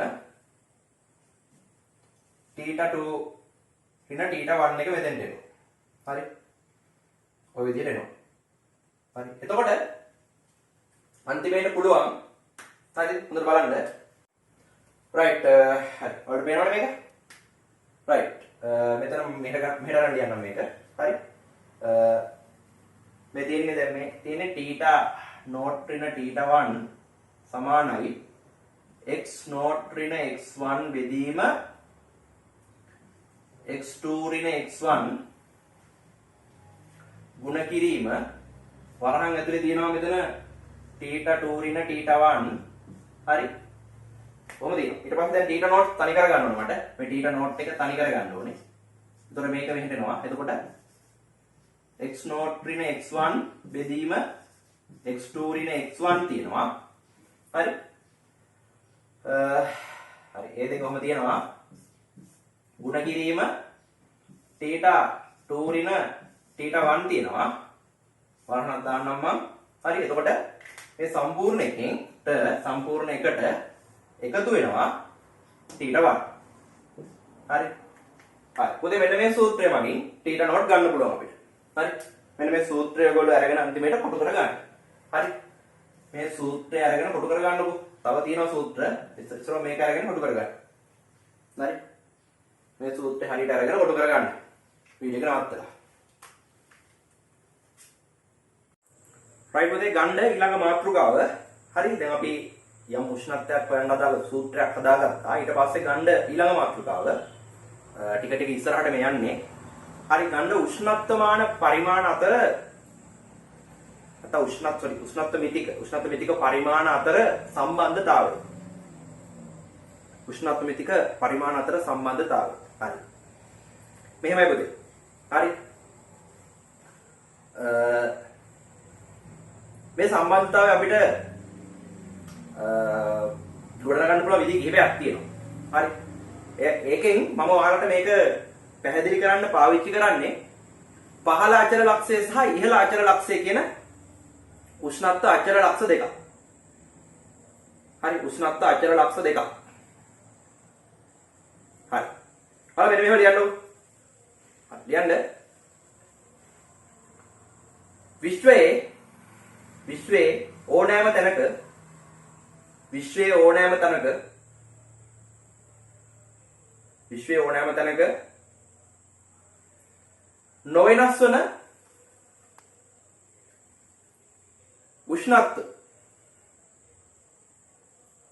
නොවෙනස් වන උෂ්ණත්ව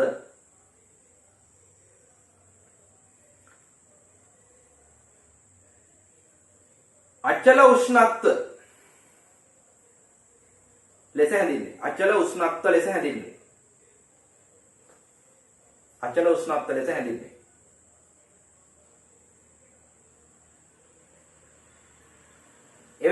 අචල උෂ්ණත්ව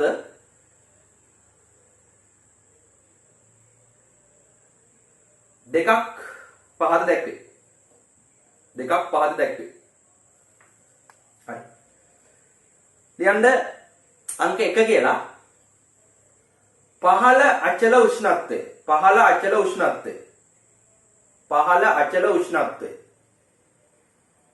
පුතේ එකට කියනවා අයිස් ලක්ෂය කියලා. හරි. Ice point. හරි. අයිස් පොයින්ට් එක. පහළ අචල උෂ්ණත්වය ඇරේරක් ගහලා ලියන්න අයිස් ලක්ෂය. හරි. කියන්න සම්මත වායුගෝලීය පීඩනයේදී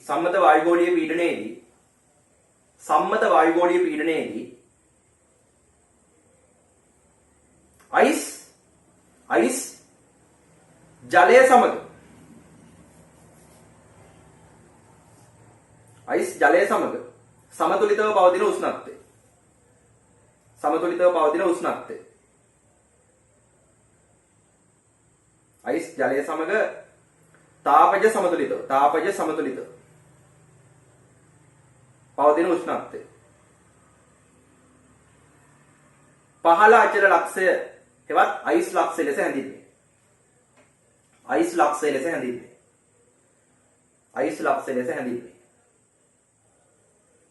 හරි. පුතේ කියන්නේ එය උෂ්ණත්වමාන පරිමාණ වලින් පහත පරිදි වේ. 0.5 සෙල්සියස් කෙල්වින් ගත්තොත් 273.15 කෙල්වින් අපි සාමාන්‍යයෙන් 273 කියලා කියනවා ඒක වරහන් ඇතුළේ ලියා ගන්න 273 කියලා. ෆැරන්හයිට් වලින් 32යි ෆැරන්හයිට් ආන්සර්. හරි. 1 2 3 බලන්න. හරි. අයිස් ලක්ෂය ගත්තට පස්සේ සෙල්සියස් වලින් 0යි, කෙල්වින් වලින් 273යි, 0.15යි. ෆැරන්හයිට් වලින් ආන්සර් 32යි. Celsius answer 0. හරි. රයිට්. එහෙනම් ඔයගොල්ලන්ට තේරෙන්න ඕනේ 0 සෙල්සියස් සමානයි 273යි කෙල්වින් සමානයි 32යි ෆැරන්හයිට්. ඉතින් ඔයාලා මේක තේරුම් ගන්න මේ මෙතන 0.15 කියන එක අනිවාර්යෙන් එනවා. හැබැයි අපි සාමාන්‍ය 273 තමයි පාවිච්චි කරන්නේ. ඒතර මෙන්න මේක කොටු කරන්න අන්තිමට. හරි 0 සෙල්සියස් සමානයි 273යි කෙල්වින් සමානයි 32යි ෆැරන්හයිට් කියන එක. හරි. මේක කොටු කරගන්න. හරි. ඊළඟ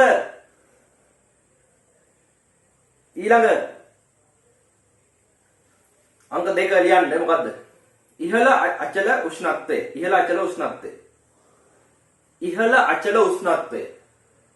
හරි. එහෙම නැත්නම් හුමාල ලක්ෂය. මොකද්ද? හුමාල ලක්ෂය. හරි. පුතේ ලියන්න. මෙහෙම ලියන්න. මේ විදිහට ලියන්න. සම්මත වායුගෝලීය පීඩනයේදී හුමාලය සහ සංසුද්ධ ජලය තාපගතික සමතුලිතතාවයේ පවතින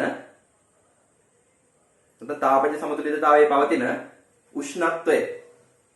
උෂ්ණත්වය හුමාල ලක්ෂය ලෙස නැත්නම් ඉහළ අචල උෂ්ණත්වය ලෙස හැඳින්වෙන්නේ කියලා ලියන්න. ඒ අගය මෙහෙමයි. ලියන්න. උෂ්ණත්වමාන පරිමාණ වලින් එම අගය පහත පරිදි වේ.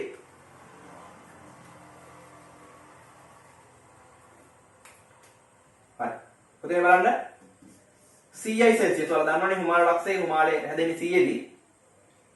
ඊට 373.15 මෙතන 373 කියලා අපි ගන්නෙ.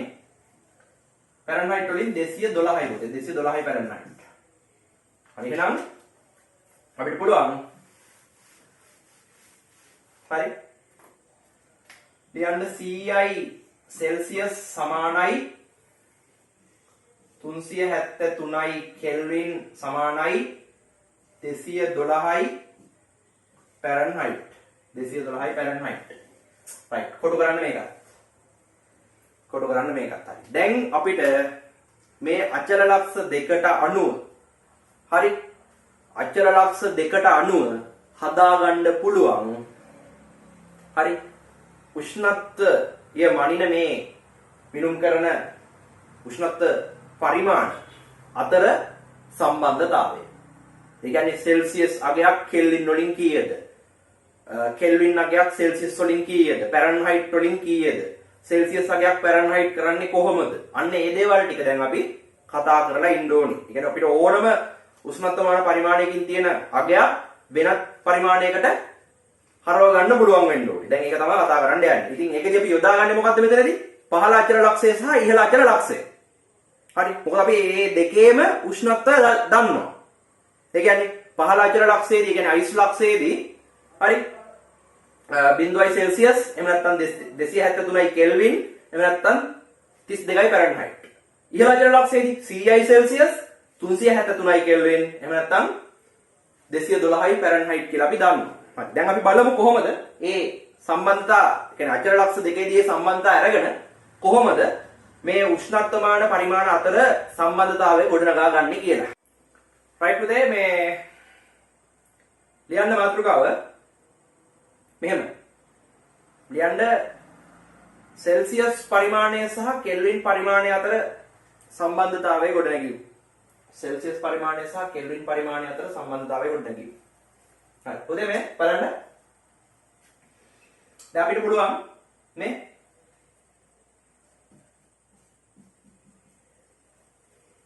හරි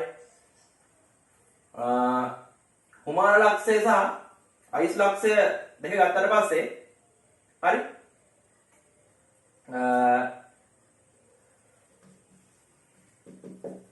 අවස්ථා දෙකේදී මෙයා 0 සෙල්සියස්, මෙයා අපි ගන්නේ සාමාන්‍යයෙන් කෙල්වින් වලින් 273යි කියලා. මෙයා 100යි සෙල්සියස්, මෙයා 373යි කෙල්වින්. 0.15 තියෙන්න ඕනේ. හරි බදලා තියාගන්න. right. එතකොට අයිස් මෙතන අයිස් ලක්ෂය කියලා දාලා ඉවරලා 0 සෙල්සියස් 273 කෙල්වින් කියලා දාගෙන ලියාගන්න. කුමාර ලක්ෂය කියලා දාලා ඉවරලා 100 සෙල්සියස් 373 කෙල්වින් කියලා දාගන්න. ඉක්මනට ලියාගන්න. හරි. right. යන්න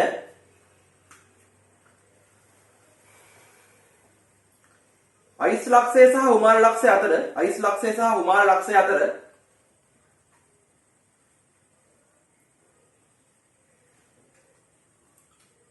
උෂ්ණත්ව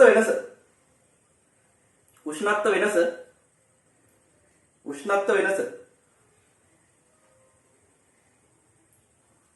කෙල්වින් පරිමාණයෙන් මෙන්ම සෙල්සියස් පරිමාණයෙන්ද ලැබෙනුයේ එකම අගයකි. මේ බලන්න පුතේ. ඩෙල්ටා තීටා සමානයි 100යි සෙල්සියස් ඍණ 0යි සෙල්සියස් කියන්නේ 100යි සෙල්සියස්. ඩෙල්ටා තීටා සමානයි 373යි කෙල්වින් ඍණ 273යි කෙල්වින් කියන්නේ 100යි කෙල්වින්. මේවට වෙනස සමානයි. කෙල්වින් වෙනස තමයි සෙල්සියස් වෙනස. මේක දැන් ලියගන්න. මේක ලියගන්න ඉක්මනට. ඩෙල්ටා තීටා සමානයි 100 ඍණ 0 සමානයි 100යි. 373 ඍණ 273 සමානයි 100යි. කෙල්වින් නේ. මේක සෙල්සියස්, මේක කෙල්වින්. ඉක්මනට ලියගන්න. හරි. right. ලියන්න. හරි. යන්න මේට අනුව සැලකුව විට සෙල්සියස් වලින්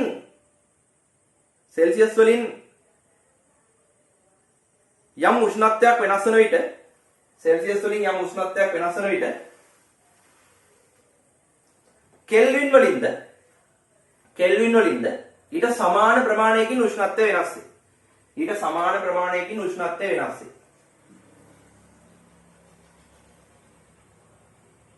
හරි. මෙහෙම දාගන්න ඩෙල්ටා සෙල්සියස් සමානයි ඩෙල්ටා කෙල්වින් කියලා දාලා කොටු කරගන්න. ඩෙල්ටා කියන්නේ වෙනස සෙල්සියස් වෙනස කෙල්වින් වෙනස අනිවාර්යයෙන් සමානයි. සෙල්සියස් වෙනස කෙල්වින් වෙනසට අනිවාර්යෙන් සමාන වෙනවා හැමතිස්සෙම. හරි. ඒක ඔලුවට දාගන්නකො. රයිට්. එතකොට දැන් ඔන්න බලන්න මම කරන්න හදන වැඩේ. සෙල්සියස් වලින් 0 සෙල්සියස් පොඩි කියන්නේ එක්තරා විදිහකින් මම මේක අරන් පෙන්නන්න හදන්නේ ඔයගොල්ලන්ට. බලන්න. 0 සෙල්සියස් නම් 273යි කෙල්වින්. හරි. 100යි සෙල්සියස් නම් 373යි කෙල්වින්. දැන් ඕනේ මෙන්න මෙතන හරි අපිට සෙල්සියස් අපි තුමු මෙතන ෆැරන්හයිට් කියලා. ෆැරන්හයිට් වෙන සොල්සොල් කෙල්වින් කියලා. හරි. එතකොට පොතේ ඔන්න බලන්න මම කරන්න හදන වැඩේ. හරි. මම බලන්න මේ විදිහට මෙහෙම කරනවා. මෙයාගෙන් මෙයාව අඩු කරනවා. මෙයාගෙන් මෙයාව අඩු කරනවා. හරි. ඒ කියන්නේ මෙන්න මේ විදිහට මම ලියනවා. හරි. 100යි සෙල්සියස් ඍණ 0යි සෙල්සියස් කියලා. හරි. 100යි සෙල්සියස් ඍණ 0යි සෙල්සියස් කියලා ලියනවා. හරි. ඊළඟට මේකේ මට පුළුවන් ලියන්න 373යි සෙල්සියස් ඍණ 273යි sorry මේ 373යි කෙල්වින් ඍණ 273යි කෙල්වින් කිය. හරි. එතකොට දැන් අනිවාර්යෙන් මේ දෙක සමානයිනේ. වෙනස මම කියන්නේ 100යි සෙල්සියස් 0යි සෙල්සියස් එකෙන් අඩු කරාම 100යි කෙල්වින් 373න් 273ක් අඩු කරපුවම 100යි. ඒ නිසා මම මෙහෙම ලියනවා. මේ බලන්න හොඳට 100යි සෙල්සියස් ඍණ 0යි සෙල්සියස් සමානයි 373යි කෙල්වින් ඍණ 273යි කෙල්වින්. හරි මට එහෙම ලියුවේ. ඊළඟට මොකද? මම මෙන්න මෙයාගෙන් මෙයා අඩු කරනවා. මෙයාගෙන් මෙයා අඩු කරනවා. දැන් මේකට මේක සමානයි. හරි. රයිට්. එතකොට C සෙල්සියස් ඍණ 0යි සෙල්සියස් හරි සමානයි කෙල්වින් ඍණ 273යි කෙල්වින්. හරි. උදේ දැන් මට පුළුවන් මේකෙන් මේක බෙදන්න. බෙදනකොට එනවා 100යි සෙල්සියස් ඍණ 0යි සෙල්සියස් යට සෙල්සියස් ඍණ 0යි සෙල්සියස් සමානයි 373යි කෙල්වින් ඍණ 273 කෙල්වින් යට කෙල්වින් ඍණ 273යි කෙල්වින්. හරි. රයිට්. එතකොට පුතේ දැන් මම මොකද්ද කරේ? මේ මෙතන ඉඳලා මෙතෙන්ට වෙනස මෙතන ඉඳලා මෙතෙන්ට වෙනස සමානයි. එයි මම කිව්වා සෙල්සියස් වෙනසක් කෙල්වින් වෙනසට සමානයි කියලා. එතකොට 100 ඍණ බිඳුව සමානයි 373ට 273ට. මේක ලියලා තියෙනවා. ඊට පස්සේ මෙතන ඉඳන් ගත්තට පස්සේ මෙයා මෙයාට සමානයි මෙයා මෙයාට සමානයිනේ. මෙයාගේ මෙයා අඩු කරපුවාම මෙයාගේ මෙයා අඩු කරපුවාම මේ දෙන්නත් සමානයි නේ. දැන් මම බෙදුවා. බෙදපුවාම මෙහෙම ආවා. හරි. රයිට්. ඉක්මනට මේක මෙහෙම දාලා මේ දෙක අරගෙන මෙහෙම ගන්න. ඉක්මනට ගන්න. හරි. මෙයා අරන් ඕන මෙයා 1 කියලා ගන්න, මෙයා 2 කියලා ගන්න. එක බෙදීම දෙක වගින් කියලා මේක ගන්න. ඉක්මනට ගන්න. මෙයා ගන්න ඉක්මනට. මේක ඇඳා මේක ගත්තා ඉක්මනට. හරි. මම මේ වලට සෙල්සියස් සහ කෙල්වින් අතර සම්බන්ධය පෙන්නන්න යන්නේ. ඉක්මනට හරි. වීඩියෝ නවත්තා. රයිට්. පුතේ ඊට පස්සේ මේ විදිහට මට පුළුවන් බලා ගන්න. හරි. මේ බලන්න. 100 ඍණ බිඳුව යට හරි සෙල්සියස් ඈ. එතකොට සෙල්සියස් ඍණ බිඳුව සමානයි 373 ඍණ 273. හරි. යට කෙල්වින් ඍණ 273 කොහොමද තියෙන්නේ? හරි. ඔන්න බලන්න. හරි. දැන් මම මේකේ මේ පැත්තේ බිඳුව තියෙන හින්දා මෙතන කෙලිමිට වෙනවා 100 ඍණ සෙල්සියස් කියලා. මේ බිඳුව අයින් වෙනවා අඩු වෙනවා. මේ පැත්තේ එනවා 373 273 කියපුවම කීයද? 100යි. මෙතන එනවා කෙල්වින් ඍණ 273යි කියලා. හරි. ඔයාලට පේනවද? මේ 100ටත් මේ 100 කැපිලා යනවා. හරි. එතකොට මේක උඩට එනවා මේක මේ පැත්තෙන් උඩට එනවා. එතකොට k ඍණ 273 සමානයි සෙල්සියස් කියලා එනවා. එහෙනම් කෙල්වින් සමානයි සෙල්සියස් ධන 273 කියලා අන්තිමට එනවා. බලන්න. මේක තමයි අවසාන ප්‍රතිඵලය. හරි. මේක තමයි අවසාන ප්‍රතිඵලය. මේක තමයි අන්තිම ප්‍රතිඵලය. හරි. කෙල්වින් සමානයි සෙල්සියස් ධන 273. කෙල්වින් සමානයි සෙල්සියස් ධන 273. හරි. එතකොට හරි මේක ලියාගන්න ඉක්මනට. හරි. මේක ලියාගන්න ඉක්මනට කෙල්වින් සමානයි සෙල්සියස් ධන 273 ඉක්මනට මේක හදාගන්න. හරි. දැන් අපි බලමු ඊට පස්සේ යමගයන් කීපයක් විසඳලා. හරි. ලියන්න මෙහෙම. පහත දැක්වෙන ඒවා කෙල්වින් පරිමාණයට හරවන්න. පහත දැක්වෙන ඒවා කෙල්වින් පරිමාණයට හරවන්න. පහත දැක්වෙන ඒවා කෙල්වින් පරිමාණයට හරවන්න.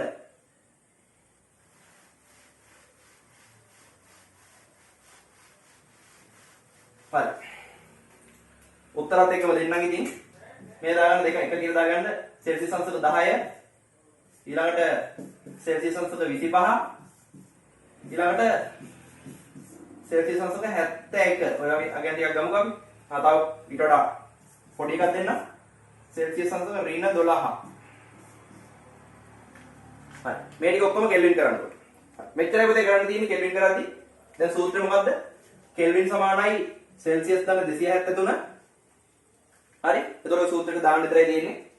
උත්තර ටික ගන්න. පළවෙනි උත්තරේ, දෙවෙනි උත්තරේ, තුන්වෙනි උත්තරේ, හතරවෙනි උත්තරේ. මේකේ උත්තරය ආවිලා කෙල්වින් වලින් 284යි නේ. 10යි 10 ධන 273. 284යි කෙල්වින්. 25 කෙල්වින් කරපුවාම මේ 25 ධන සෙල්සියස් අගේ 25යිනේ 273. එතකොට දැන් 8යි 9යි 298යි කියන්නේ. හරි. 71 නම් 71 ධන 273 දාන්න ඕනේ. එතකොට එනවා 4යි 7යි 14න් 4 ඉතුරු එකයි 344යි කෙල්වින් කියන. ඍණ 12 නම් හරි. මේක කරන්න ඕනේ ඍණ 12 ධන 273 නේ. එතකොට අඩුවීමක් වෙනවා. 2යි 6යි 262යි කෙල්වින්. කියලා. හරි. ඉතින් මේ හතර තමයි උත්තර. හරි. සූත්‍රය දැම්ම උත්තරය ගත්තා. සෙල්සියස් අගේ දැම්ම. ඒ කියන්නේ තියෙන එකට 273ක් එකතු කරන්නයි තියෙන්නේ. කෙල්වින් කරන්න. හරි. දැන් උඩ කෙල්වින් දීලා සෙල්සියස් ඇහුවොත් මොකද කරන්නේ?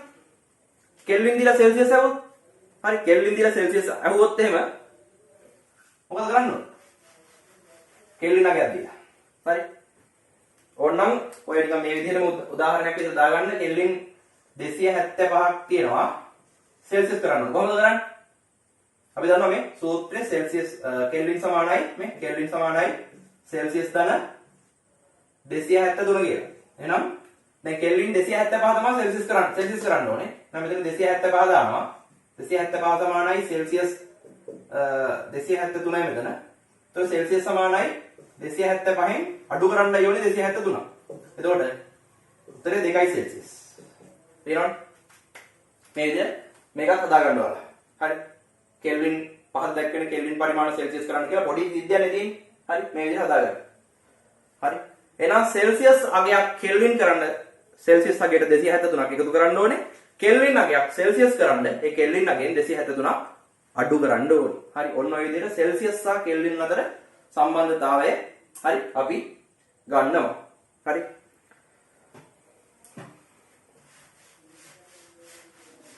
රයිට් පුතේ ඊළඟට ලියන්න මාතෘකාව මොකද්ද? සෙල්සියස් සහ ෆැරන්හයිට් අංශක අතර සම්බන්ධය. සෙල්සියස් පරිමාණය සහ ෆැරන්හයිට් පරිමාණය අතර සම්බන්ධය. හරි. ඒකත් හරි. මේ අවස්ථාව දෙකේදී අයිස් ලක්ෂය කියලා ලියන්නේ උමාල ලක්ෂය කියලා ලියන්නේ සෙල්සියස් වලින් 0.2 සෙල්සියස් ෆැරන්හයිට් වලින් 32යි ෆැරන්හයිට්. හරි. මෙතන CI සෙල්සියස් 212යි ෆැරන්හයිට්. හරි. ඉක්මනට මේක දාගන්න. ඉක්මනට මේක දාගන්න. හරි. ලියන්න පුතේ. හරි.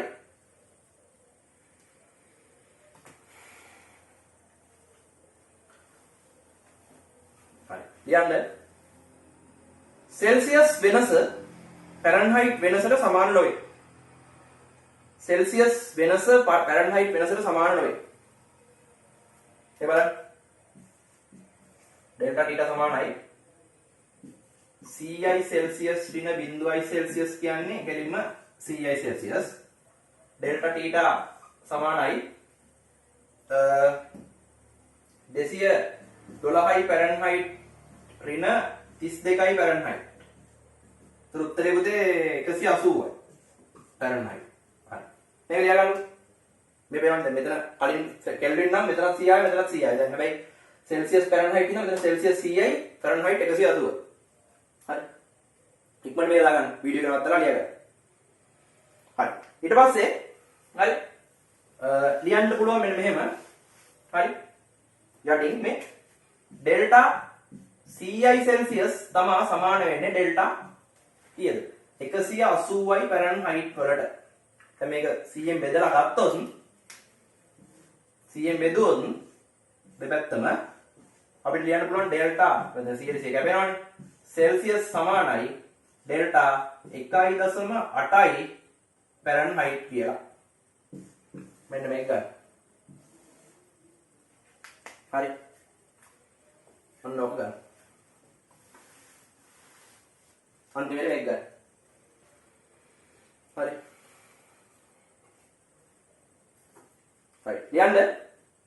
ලියන්න උෂ්ණත්වය සෙල්සියස් අංශක 1කින් වෙනස් වන විට උෂ්ණත්වය සෙල්සියස් අංශක 1කින් වෙනස් වන විට ෆැරන්හයිට් වලින් ඒ 1.8කින් වෙනස් වේ. ෆැරන්හයිට් වලින් ඒ 1.8කින් වෙනස් වේ. ෆැරන්හයිට් වලින් ඒ 1.8කින් වෙනස් වේ. හරි. දැන් අපි සූත්‍රයක් වගේ හදලා ගමු මේකට. මොන බලන්න. මම කරා මේක. හරි.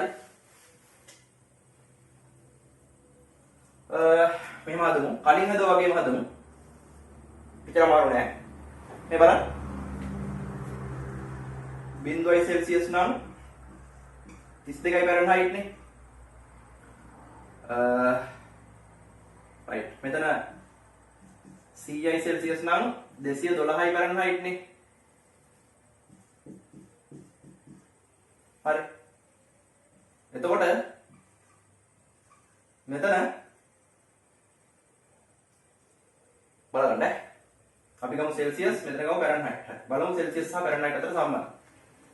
අර කලින් වගේම මේකෙන් මේක අඩු කරපුවාම ඒ වෙනස මේ වෙනසට සමානයිනේ. මේ CI සෙල්සියස් ඍණ 0.I සෙල්සියස් සමානයි 212යි ෆැරන්හයිට් ඍණ 32යි ෆැරන්හයිට්. හරි. ඒක අංක 1 කියලා ගන්න. ඊට පස්සේ මේ වෙනස මේ වෙනසෙන් මේ වෙනස. හරි. මේ වෙනස මේ වෙනස මේ සෙල්සියස් ඍණ 0.I සෙල්සියස්. හරි. සමානයි මෙතන ෆැරන්හයිට් ඍණ 32යි ෆැරන්හයිට්. හරි. මේ අංක දෙක. දැන් මම 1 2කින් බෙදනවා. 1 2කින් බෙදනවා.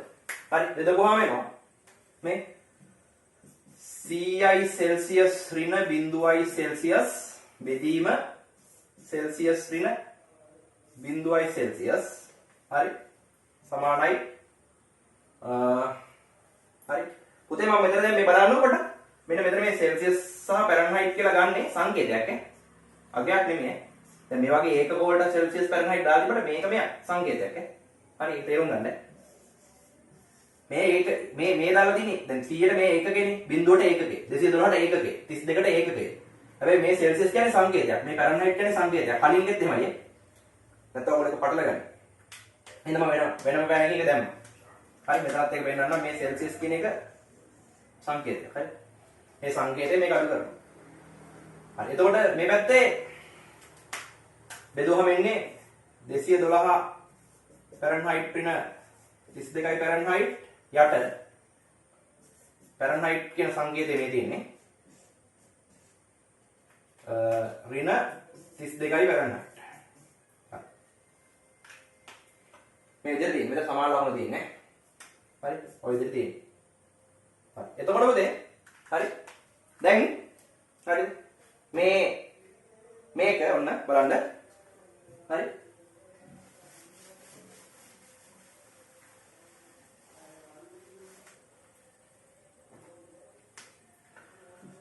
සීය ඍණ බිඳුවනේ තියෙන්නේ. යට තියෙන්නේ සෙල්සියස්. මෙතන බිඳුව අයින් වෙනවා ටිකක් අඩුයි. මේ පැත්තේ 212න් 32ක් ගියපුවම 180. මේ පැත්තේ ඉතුරු වෙන්නේ ෆැරන්හයිට් ඍණ 32යි කියන. හරි. එතකොට හරි. මේ බලන්න. මට පුළුවන් මෙන්න මෙහෙම කරන්න. දැන් 100 ක බිඳුව කියන්නේ 100යිනේ. 100 බෙදීම සෙල්සියස් සමානයි 180 බෙදීම ෆැරන්හයිට් ඍණ 32යි. එතකොට මෙතන එනවා අන්තිමේට මම ෆැරන්හයිට් මේ කොටස මෙහෙට ගෙනලා 100 මෙහෙට ගෙන්නම්. එතකොට එනවා ෆැරන්හයිට් ඍණ 32 සමානයි 180 බෙදීම 100 සෙල්සියස් වෙනවා මෙහෙට. හරි. එතකොට මෙතන සුළු වෙනවා 100ට 5යි 180ට 9යි කියලා. එතකොට මොකද ෆැරන්හයිට් සමානයි 9යි සෙල්සියස් බෙදීම 5 ධන 32 කියලා එනවා. හරි. එහෙනම් මෙන්න ඕන මේ දෙක වෙනම පෑන් වලින් දාගන්න ඕන සෙල්සියස්. මෙන්න සූත්‍රය. අවසාන සූත්‍රය හදලා ඉවරයි. හරි. අවසාන සූත්‍රය හදලා ඉවරයි. අවසාන සූත්‍රය හදලා ඉවරයි. ඉක්මනට මේක මේ වීඩියෝ එක නවත්තලා ලියා ගන්න. රයිට්. එහෙනම් ඊළඟට ලියන්න මේව. හරි. මේ විදිහට ලියන්න. පහත දැක්වෙන ඒවා ෆැරන්හයිට් වලට හරවන්න. පහ දැක්වෙන ඒවා ෆැරන්හයිට් වලට හරවන්න. හරි. එක සෙල්සියස් අංශක 20 දෙක සෙල්සියස් අංශක 40 සෙල්සියස් අංශක 65 ෆැරන්හයිට් ගන්න තියෙන්නේ. මොකද කරන්න ඕනේ? අමුතුවෙන් කියලා දෙන්න දෙයක් නැහැ නේ බං. සූත්‍රෙට දාන්න තියෙන්නේ ෆැරන්හයිට් සමානයි 9 බෙදීම 5යි සෙල්සියස් ධන 32 සූත්‍රේ ඔයාලට කරන්න තියෙන්නේ මේ ෆැරන්හයිට් ගන්න 9 ගුණ කරන්න දැන් සෙල්සියස් එකේ ගියේ 20යි 20 බෙදීම 5 ධන 32යි. එතකොට මෙතන 5ට 1යි 20ට 4යි 9 වරක් 4 ගියද 36යි 36 ධන 32 68යි ෆැරන්හයිට්. කීයද? 68යි ෆැරන්හයිට්. උත්තරේ 68යි ෆැරන්හයිට් වෙනවා. සෙල්සියස් 30යි කියන්නේ 68යි ෆැරන්හයිට්. හරි. 65 ඉතින් ගන්න ඒ විදිහට. හරි. 65 ගන්න ඒ විදිහට. මේ සෙල්සියස් වලට මෙතන 20 වෙනකොට 65 දාන්න. 65 දාලා සුළු කරලා ෆැරන්හයිට් ආගේ ගන්න. හරි. හරි. ඊට පස්සේ දැන් ෆැරන්හයිට් එකක් සෙල්සියස් කරන්න තිබ්බොත් මොකද කරන්නේ? මම මේක කියලා දෙන්නේ නැහැ. හරි. මේ බලන්න. ෆැරන්හයිට් එකක් සෙල්සියස් කරන්න තිබ්බොත් මොකද කරන්නේ? දැන් ඔයාලට දීලා තියෙනවා ෆැරන්හයිට් 10ක්. ෆැරන්හයිට් 72ක්. සෙල්සියස් වලින් අගේ අහන්න. ඉතින් එහෙම අහපු ගමන් කරන්න තියෙන්නේ මෙච්චරයිනේ. මේ ෆැරන්හයිට් නේ. ඉතින් මෙතන 72 ලියන්න. ෆැරන්හයිට් නේ. 9 බෙදීම 5 සෙල්සියස් ධන 32යි. දැන් ඉතින් මේ සෙල්සියස් උක්ත කරගත්තා නම් හරි. උත්තරය තේරුණාද? 32 අරහෙට යවලා මේ 72 ඍණ 32 සමානයි 9 බෙදීම 5යි සෙල්සියස්. ඊට පස්සේ ඉතින් මේ 5 මෙහෙට යවන්න 9 මෙහෙට යවන්න සෙල්සියස් උත්තරය එනවා. හරි. පොතල ගන්න. ලොකු දෙයක් නෙමෙයි. හරි. ඉතින් ඔන්න ඔය විදිහට අපි දැන් උෂ්ණත්වමාන පරිමාණ අතර සම්බන්ධයක් ගත්තා. දැන් ඔයාලා කෙනෙක් අහන්න පුළුවන් සෙල්සියස් නෙමෙයි කෙල්වින් සහ ෆැරන්හයිට් අතර සම්බන්ධය. පුතේ කෙල්වින් සහ ෆැරන්හයිට් අතර සම්බන්ධයක් ගොඩනගා ගන්න ඕනේ නැහැ. ඇයි? ඒ දැන් අපි දන්නවා සෙල්සියස් සහ කෙල්වින් අතර සම්බන්ධය. ඒ වගේම සෙල්සියස් සහ ෆැරන්හයිට් අතර සම්බන්ධය. ඒතර ඔයාලට කොහේ හරි ගානක දුන්නොත් එහෙම කෙල්වින් 100 කෙල්වින් 100 ෆැරන්හයිට් කරන්න කියලා. මොකද කරන්නේ? කෙල්වින් 100 දුන්නාම ඔයාලට පුළුවන් එක මොකක් කරගන්න? සෙල්සියස් කරගන්න පුළුවන්. සෙල්සියස් කරලා මේ සූත්‍රයට දාපු ගමන් ෆැරන්හයිට් වලින් උත්තර එනවා. තේරුණාද? කෙල්වින් ෆැරන්හයිට් අතර සම්බන්ධයක් හදාගන්න ඕනේ නෑ. ඔයාලට කෙල්වින් අගයක් ෆැරන්හයිට් කරන්න තිබ්බොත් එහෙම නැත්නම් ෆැරන්හයිට් අගයක් කෙල්වින් කරන්න තිබ්බොත් සෙල්සියස් හරහා ඒක කරන්න. මේ 100 කෙල්වින් නේ ෆැරන්හයිට් කරන්න ඕන නම් ඔයාලා මේ 100 ඉස්සරවම මොකක් කරගන්න? සෙල්සියස් කරගන්නවා. ඒකට මොකක් කරන්න ඕනේ? 273ක් අඩු කරන්න. අඩු කරලා ඉවරලා සෙල්සියස් කරගත්තා. සෙල්සියස් කරගෙන ඉවරලා මේ සූත්‍රයට දාපුවම උත්තරේ එනවා. හරි? ඒක සරලයි. හරි. එහෙනම් මේ වීඩියෝ එකේ මම මෙච්චරයි කතා කරන්නේ. තව ගොඩාක් දේවල් කතා කරන්න තියෙනවා මෙතන. හරි? කුමාර ලක්ෂ ලකුණු කරන හැටි. ඊට පස්සේ ජලයේ ත්‍රික ලක්ෂය කියන එක. ඊට පස්සේ කියන්නේ මේ කොටස ඉවර වෙන්නේ නැහැ. තව උෂ්ණත්ව මාන ටික ගැන කතා කරන්න තියෙනවා. හරි? ඊළඟ වීඩියෝ එකෙන් අපි හෙමින් මේ දැන් පාඩම තාපේ පාඩම හෙමින් ඉස්සරහට කරගෙන යනවා. හරි? දෝලන පාඩමටම සමගාමීව දෝලන තරංග පාඩමට සමගාමීව අපි තාපේ පාඩමත් මේ විදිහට ඉස්සරහට කරන් යනවා. හරි? රයිට් එහෙනම් මෙච්චරයි මේ වීඩියෝ එකේ දාන්නේ.